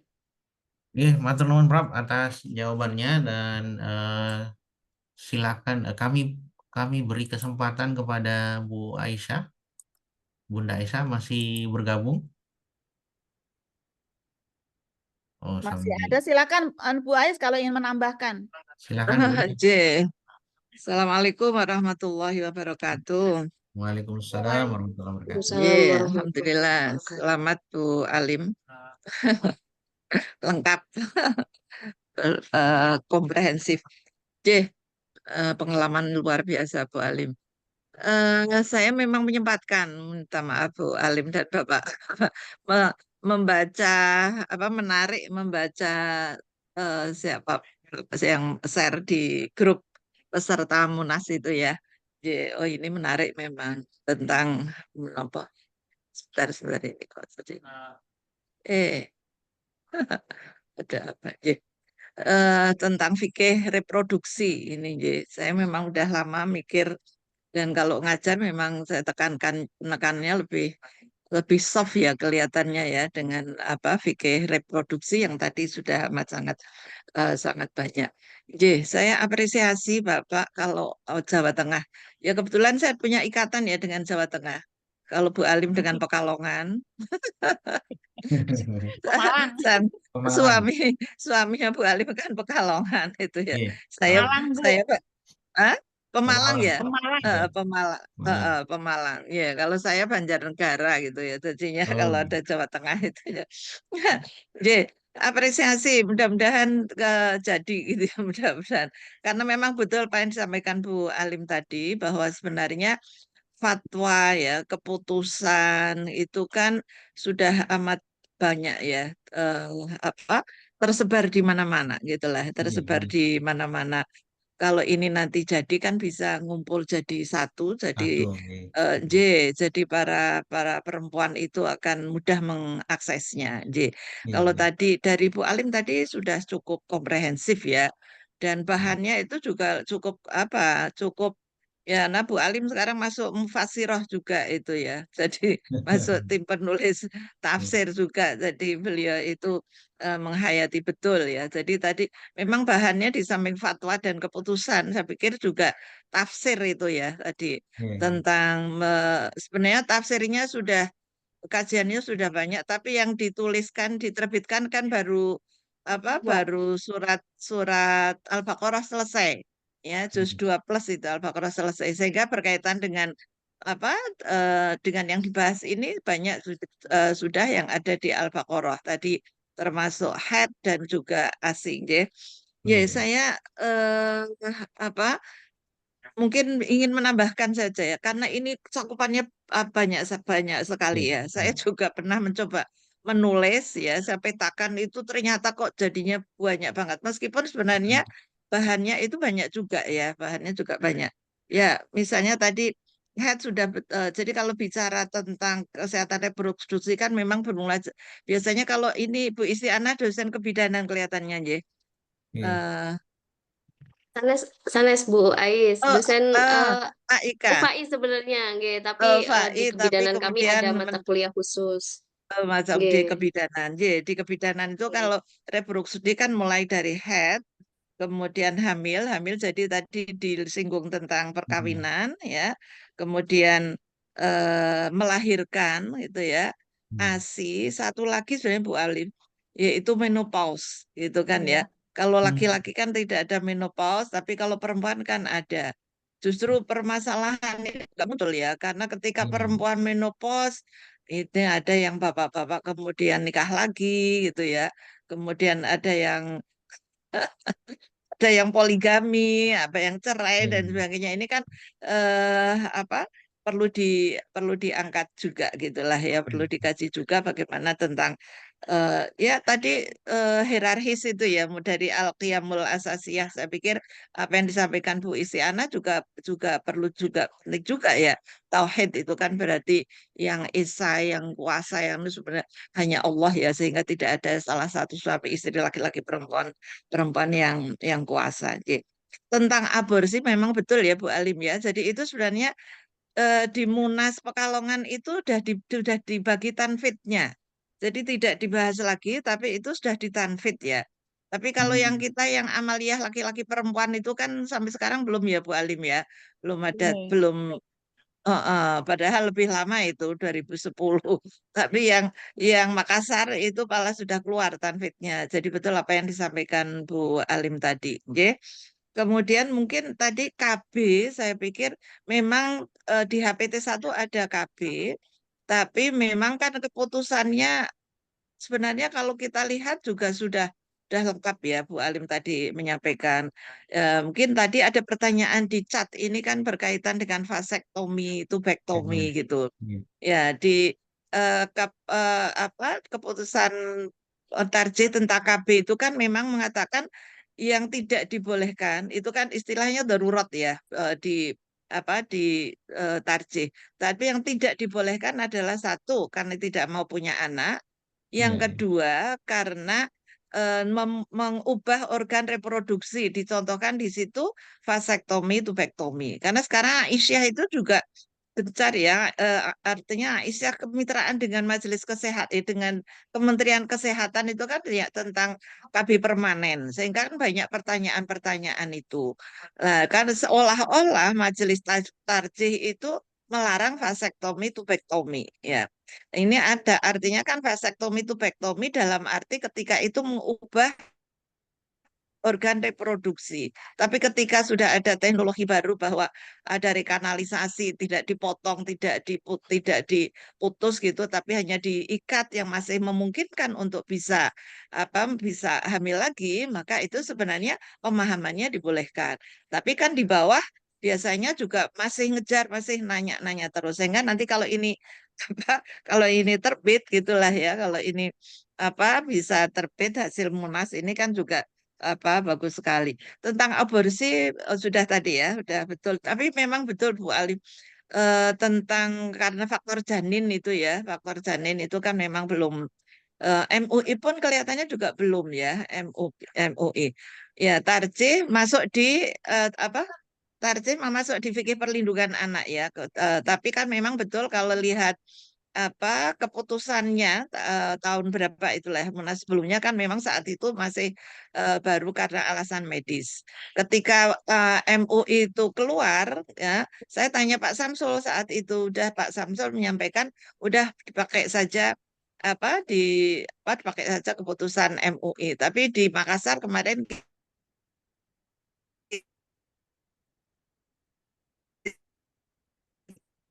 kita kita mungkin kemudian yang ya saya pikir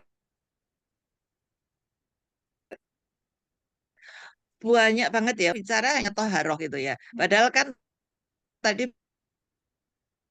Bu Alim sudah mulai dari posisi mengambil perempuan kotor, tapi ini kan bagaimana memuliakan seorang perempuan yang itu ada di tafsir At-Tanwir tadi Bu Alim sudah menyampaikan ya, yang tafsir At-Tanwir ya, yang memang sudah etosnya sedemikian rupa. Termasuk head bagi perempuan yang haji kan, itu kan juga ini banyak diperbincangkan ya, artinya sampai kepada puasa misalnya.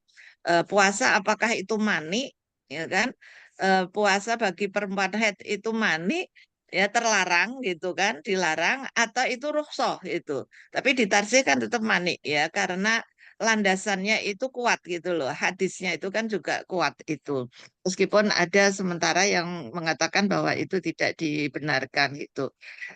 Tentang kehamilan sudah, wah, ya saya pikir memang perlu mungkin nanti sampai ke karena bahannya banyak ya Bu Istianah ya. Jadi nanti misalnya tentang kehamilan ya perempuan yang hamil yang memberikan ASI ketika puasa kan kebanyakan masih harus kodok bahkan fidyah dan kodok misalnya sementara di tarjih itu kan cukup dengan fidyah tapi tidak hanya fidyah sekarang masalahnya kan berapa sih gitu kan ya soan itu kan satu so itu berapa satu mut itu berapa itu kan sekarang hitungannya macam-macam sehingga kan pernah juga bahwa hitungan tarjih itu nampaknya dianggap kurang pas ya Pak. Dan itu sudah dijawab oleh Pak Samsul, tapi jawabannya di bukunya Pak Samsul khusus ya.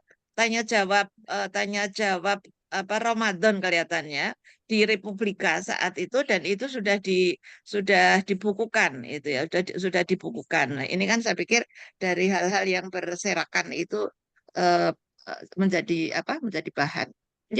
Apresiasi benar saya makanya menyempatkan hadir karena saya merasa senang gitulah ya. Jadi apalagi Bu Alim ini tadi luar biasa ya. Ya memang S2-nya ya. Sejak S1 ini Bu Alim juga skripsinya kalau nggak salah ya tentang seksualitas juga ya Bu Alim ya.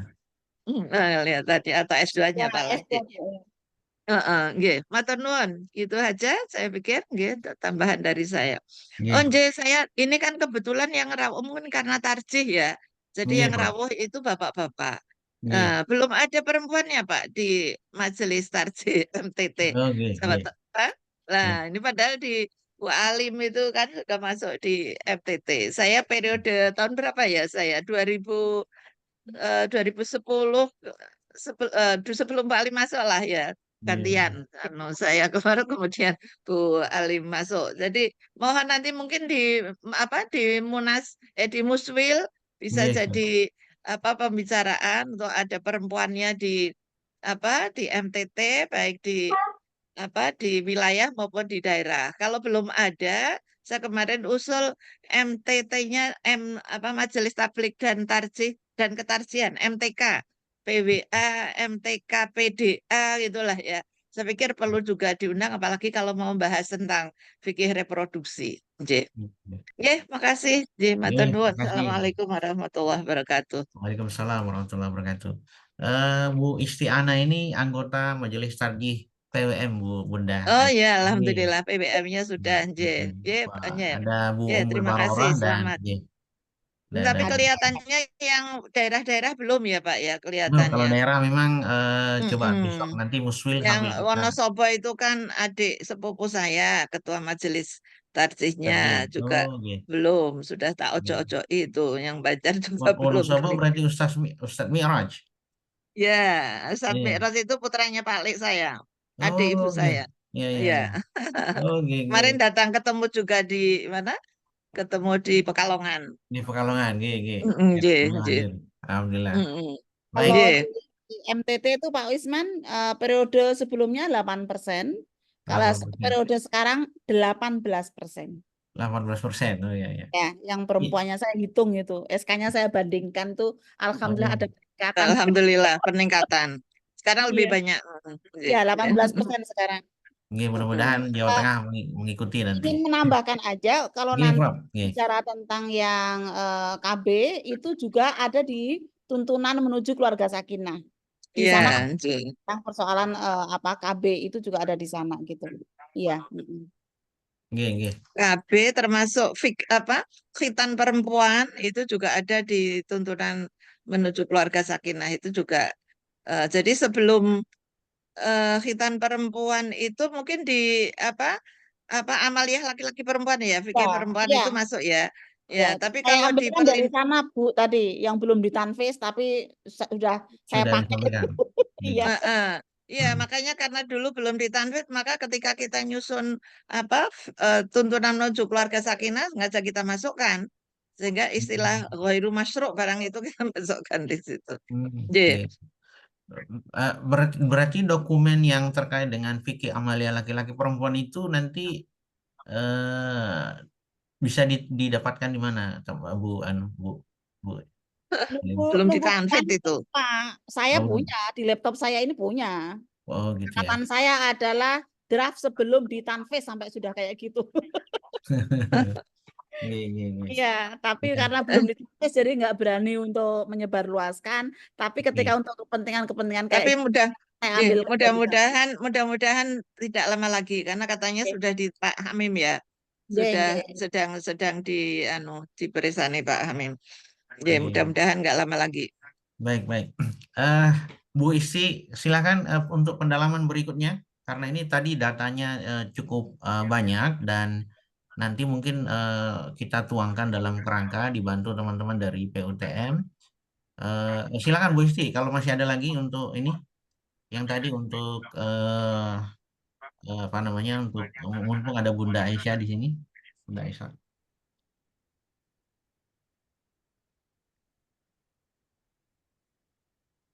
Matur nuwun, Pak Isman. Kalau dari tadi yang disampaikan oleh Bunda Aisyah, ini kan tadi pembahasannya dirangkai dari mungkin karena ini terkait dengan reproduksi, ada baiknya juga dirangkai dari awal persiapan pernikahan sampai kemudian tadi di sana ada pembahasan haid, kemudian pernikahan, kehamilan, pasca melahirkan, Ya. kemudian menopause.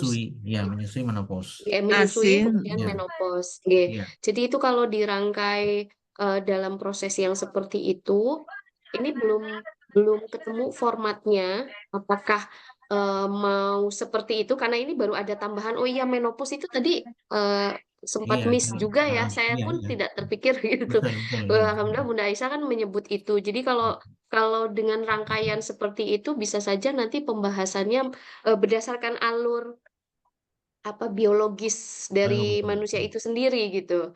Apakah rangkaiannya seperti itu? Jadi nanti di setiap tahapan itu kan ada kajian-kajian terkait yang tersebar tadi pembahasannya. Nah, dimasukkan pada periode-periode itu, katakanlah itu kalau dibuat periodisasi dari Ya, ya, ya. proses reproduksi seperti itu, Ya. termasuk untuk yang laki-laki, meskipun kalau laki-laki pembahasannya kan nggak banyak.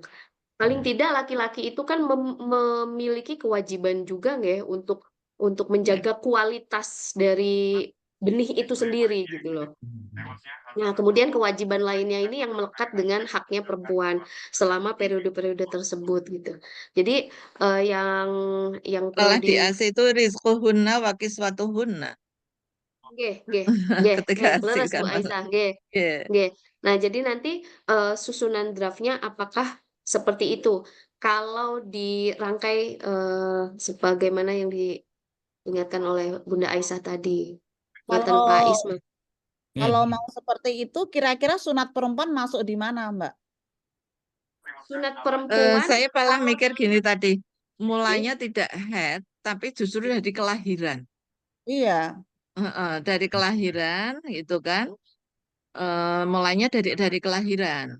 Di Al-Quran kan juga menghargai ya ketika kelahiran Maryam itu loh, kan ada kisah ibu Imron, ya Imro'ata Imron itu ketika beliau bernazar gitu kan, bernazar putranya mau di Muharraron itu loh, mau diabdikan itu, tapi ternyata kan lahir perempuan itu. Tapi saya pikir dari situ. Tapi meskipun demikian kan udah nazar ya, tetap saja bahwa Maryam itu kemudian kan disiapkan jadi ulama, dididik Nabi Zakaria itu kan, sehingga Maryam pun kan juga sebenarnya ulama perempuan di masanya gitu loh. Itu kan ada Az-Zakaru, ada Al-Unsa itu di kisah itu. Mungkin mulai dari kelahiran malah ya. Sehingga kan nanti kemudian khitan itu masuk di situ. Iya, iya, iya. Ya, ya, ya. Nggih. Menurut saya Bunda Aisyah, berarti mungkin yang kelahiran itu kan sepertinya tadi ada disinggung oleh Prof. Ali Matul, itu di penghormatan Islam terhadap perempuan, ngeten nggih? Dimulai dari pendahuluan itu mungkin di mana di situ mencakup tentang kelahiran perempuan, bayi perempuan. Ngeten nggak? Sepertinya tadi Prof. Alim ada satu slide itu yang menyebutkan Ya, tentang Ya, Kak, bagaimana ya. perempuan itu sangat dihargai gitu. Jadi sering menurut saya sih kurang tepat tafsir ya ketika ibumu lalu ayahmu itu sering ditafsirkan bahwa ibu lebih dihormat daripada ayah.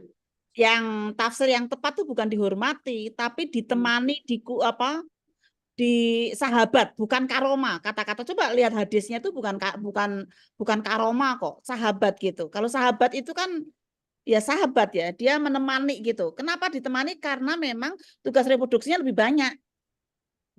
Jadi diperhatikan lebih karena tugas reproduksinya itu daripada sang ayah gitu maksudnya. Sehingga kadang-kadang minta ya kalau dalam prakteknya sih kadang-kadang ibu minta dibelikan pembalut kayak gitu ya. Oh iya Bu, mau misalnya kayak gitu tuh loh. Ya kan? Ketika ibunya menstruasi ya nggak usah kemudian rengek-rengek si anak ini untuk apa mau minta dimasakan ini itu dan sebagainya misalnya kayak gitu loh. Sehingga kalau kalau saya memahaminya ibumu ayahmu itu bukan penghormatan tapi apa bahasanya ya perlindungan atau penegakan hak reproduksi perempuan. Karena nanti justru kalau penghormatan itu bertentangan dengan ajaran yang lain. Ajaran yang lain kita mengajarkan anak itu birrul walidain, menghormati ayah dan ibu, bukan hanya ayahnya saja. Gitu. Kalau penghormatan. Baik, berarti perlu atau menggunakan istilah mungkin yang kalau lain ya. tidak dari kelahiran ya masuk yang ketika tadi kan ada head, hamil, melahirkan. Nah, ketika kan ada melahirkan juga kan di Al-Ahqaf itu kan wa hamluhu kurha wa wada'athu kurha itu kan. Jadi hamil juga kurha itu kan. Kurha itu kan risikonya berat gitulah ya. Wa wada'athu juga kurha itu kan jadi ada mungkin kalau mau dimasukkan di situ melahirkan anak yang itu kan berarti apa yang dilakukan ketika anak lahir gitu. Baik. Nggih. Nggih, matur nuwun, Prof. Ais Bu Ais dan Prof. Alim. Mungkin kalau yang penghormatan itu kita cari istilah yang lebih bagusnya lagi, memuliakan, ngoten nggih, Prof. Alim. Kan tadi kalau Atau juga penghormatan mungkin nanti kalau bisa ya, difahami Iya. kenapa 3 KA umuka itu karena memang ya perjuangan seorang ibu itu kan ya, ya tadi dari hamil, melahirkan, memberikan ASI itu kan juga sehingga kenapa perintah untuk bakti kepada kedua orang tua, tapi alasannya Allah malah mengangkat bagaimana perjuangan seorang ibu yang itu tidak bisa digantikan. Ya, monggo nanti. Iya, Tuh, iya. ya, Mungkin Istiadat nanti masalah ini di harus penjelasan aja Bu Isti ya. ya. Jangan sampai kemudian karena tadi penghormatan gitu loh, lalu kemudian sungkemnya itu hanya ke ibu saja tapi tidak ke bapak. Mau Iya, ujian siap. minta doanya hanya ke ibu saja tapi tidak ke bapak, misalnya kayak gitu Iya, loh. Iya, iya, Itu iya. kan iya, jadi iya. beda, padahal bukan itu yang dimaksudkan. Padahal ini Baik. kembalinya ke tugas-tugas reproduksi perempuan yang berat tadi gitu loh, untuk Iya. menjaganya.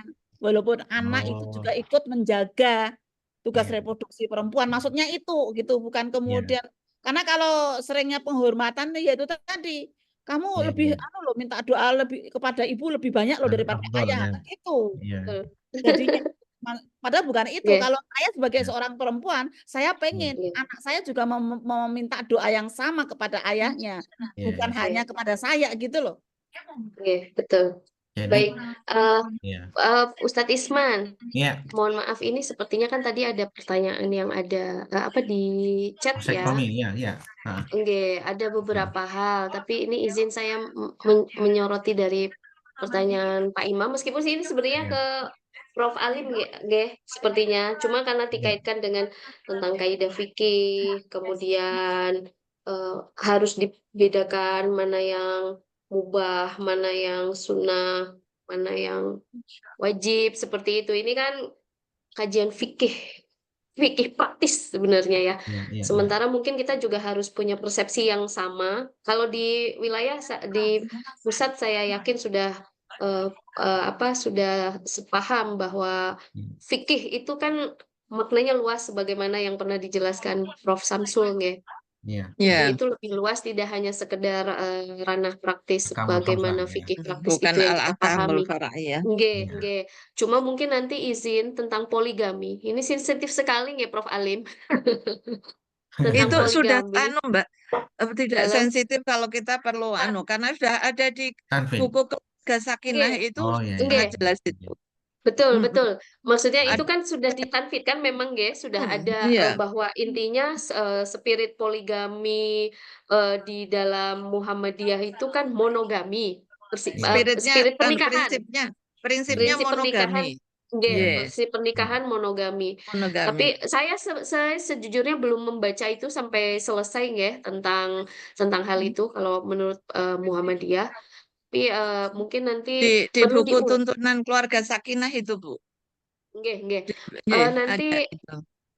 izin mungkin nanti mengulas tentang makna sunnah yang dimaksud dengan mengikuti sunnah Rasul gitu maksudnya. iya, Jadi iya, ketika memang prinsip pernikahan itu monogami, adapun yang sunnahnya Rasul nanti menambahkan tentang fatroh. Ketika Rasul monogami sampai ke poligami Mm-mm. itu kan fatrohnya lebih panjang apa ya? Periodenya lebih panjang monogaminya, iya, itu yang Ya, pertama. Kemudian ketika Rasul poligaminya itu dengan motivasi memberikan solusi untuk yang perempuan, oke, bukan solusi untuk Rasul.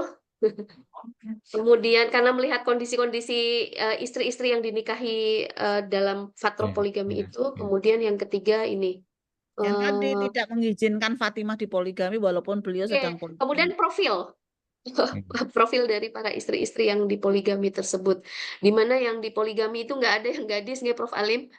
kecuali Aisyah radhiyallahu anha. Enggak, Iya. jadi nanti mungkin dalam hal ini saya menyisipi tarikhnya di sana saja nih, untuk Mm-mm. apa ya, tambahan Boleh aja. metodenya enggak, Ya, ya. data-datanya enggak, betul nuwun. Tafsirnya itu juga sababun nuzul makro itu. Jadi Hmm. bukan darurat individual, tapi itu darurat sosial yang bukan. Iya, iya. Yang poligami tadi, Ustaz. Yang prinsip monogami. Prinsip monogami. Iya, iya. Ya, jadi kita anukan prinsipnya monogami. Monogami. Jadi ada beberapa prinsip kan, termasuk pencatatan perkawinan, al-qiwamah, terus ada prinsipnya monogami. Iya. Ya, mungkin titik kritisnya Bu Isti nanti karena ada beberapa dokumen yang belum tertanfid sehingga asatidz dari tarji daerah itu, rekan-rekan tarji daerah biasanya nanti akan melebar itu ya. Mungkin nanti pada Prof. Alim nanti insya Allah di Majelis Tari PWM itu nanti ada halakah materi muswil, nanti mungkin kami undang kembali ya Prof, dan Bunda Aisyah juga kalau berkenan, kami begitu ada draft nanti kita baca ulang itu sebelum di Iya. nggih.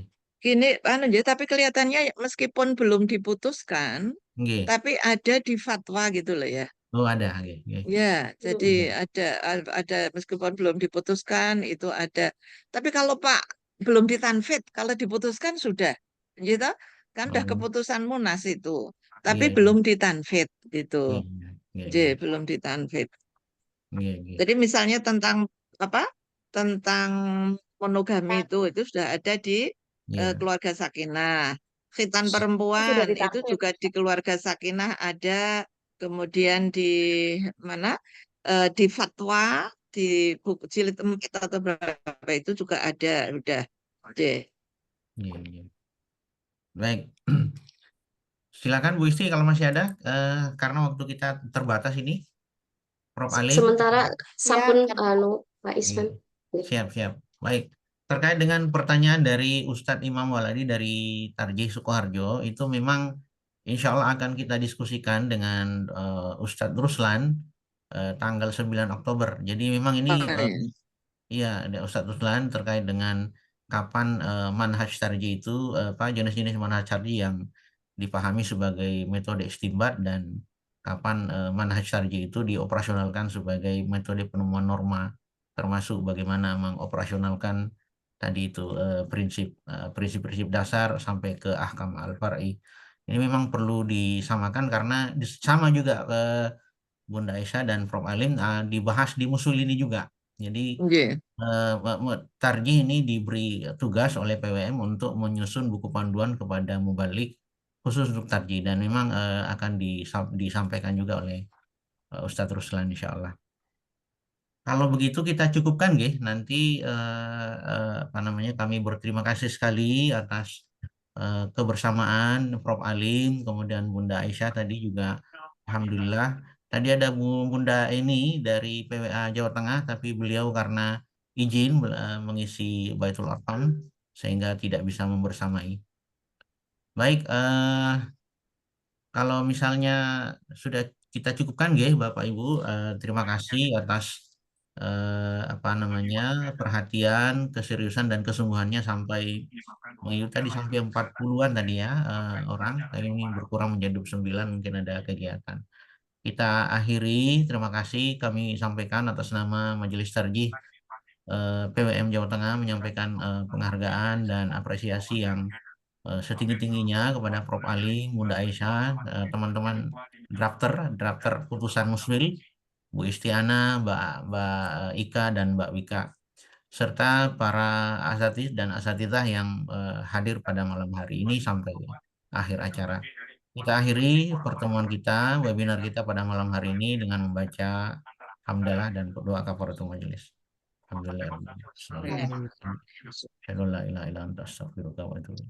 Terima kasih. Assalamualaikum warahmatullahi wabarakatuh. Waalaikumsalam warahmatullahi wabarakatuh. Itu